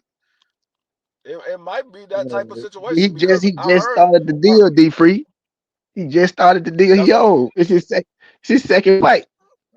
no, I'm not talking about El Rayo. I'm talking about De Los Santos. Dana trying to sign. Oh, Santos. Yeah, yeah. Okay. Dana trying to sign Yeah, De Rayo Los for the Santos. cheap on the real. That's what he trying to do with Rayo, ain't it? Trying to sign him for the cheap on the real. He could be like, yeah, you took a Yeah, loss to I De mean, Los Santos now. So he because could be like, they only got one Zook. one Zuffa champion. That's Ja. That's the only What Zuffa you saying? champion. So what are they doing about this daggone Zuffa, quote unquote Zuffa championship? They only got one champion, and he's Right a now, yeah, daggone yeah, cruiserweight. He a yeah, cruiserweight. You gonna have everybody move up to cruiserweight yeah. and fight Ja? So I'm like, dang, when you gonna put another championship on the Now I'm line? thinking he go right. He go issue. I'm thinking he go issue the rest of the chance. He can go ahead and give Callum Wash one, right? Because we all know that shit coming, right? So you can stop acting like he ain't gonna get one, right? So you can go and That make man his said. next fight. That man said, Go ahead. when we say one champion, we mean one champion. The champion is in the Right. He cruiserweight. mean, That one champion, y'all gotta move up there to fight him. he said, "Y'all thought we were talking about one champion per division. No, we talking about Y'all one gotta move up the champion." cruiserweight and fight him. We said one champion. Oh shit! Not one champion per division. Just Ja Abataya, nigga. One champion. That nigga John gonna be knocking out high school students. Oh my god. The fuck will be like, hey, Aaron Rayo win this fight to get that something. Be like, all right, you got Abataya. He gonna be like, what? You got Abataya.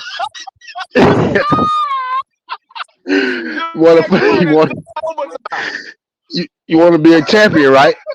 You get Abataya.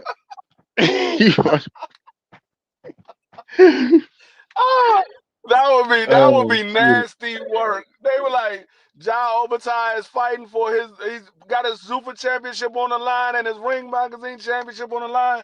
He will be fighting De Los Santos. What? De Los Santos? What the hell? What? Oh my One champion. god. One champion. He's gonna be fighting Kalen Wash. Yeah, Kalen Wash probably gonna be the next one, I would think. Kalen gonna be the next one, I would think. Right, they might as well go and give it to him because they know they want to go. Man, who he fight next? Ain't he fight like Harlem Eubank or some shit like that? Who he fight next? I forgot who he fight. But they need to go ahead and. Yeah, I think they made they making It's a gonna fight be in for him, or London. they I know. already made it. It's gonna be in the UK, if I'm mistaken. He gonna be on the UK card.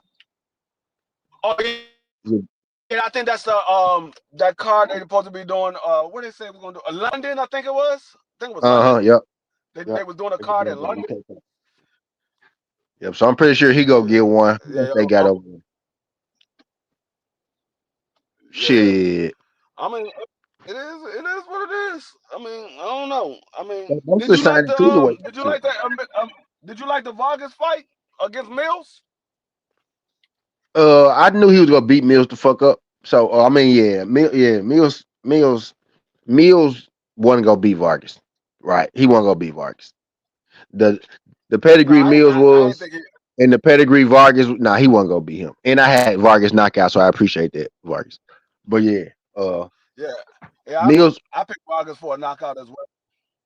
Yeah, Mills wasn't gonna beat Vargas, bro. He a tough guy. He not gonna be the dude with the pedigree of Vargas. You get what I'm saying? Like he like a fighter. He built himself up and shit. You know what I mean? That was his Super Bowl. That was Mills' Super Bowl. You get what I'm saying? He did great to even get that fight and be co-main event on fucking Boots and Xander, right? But that what was Mills.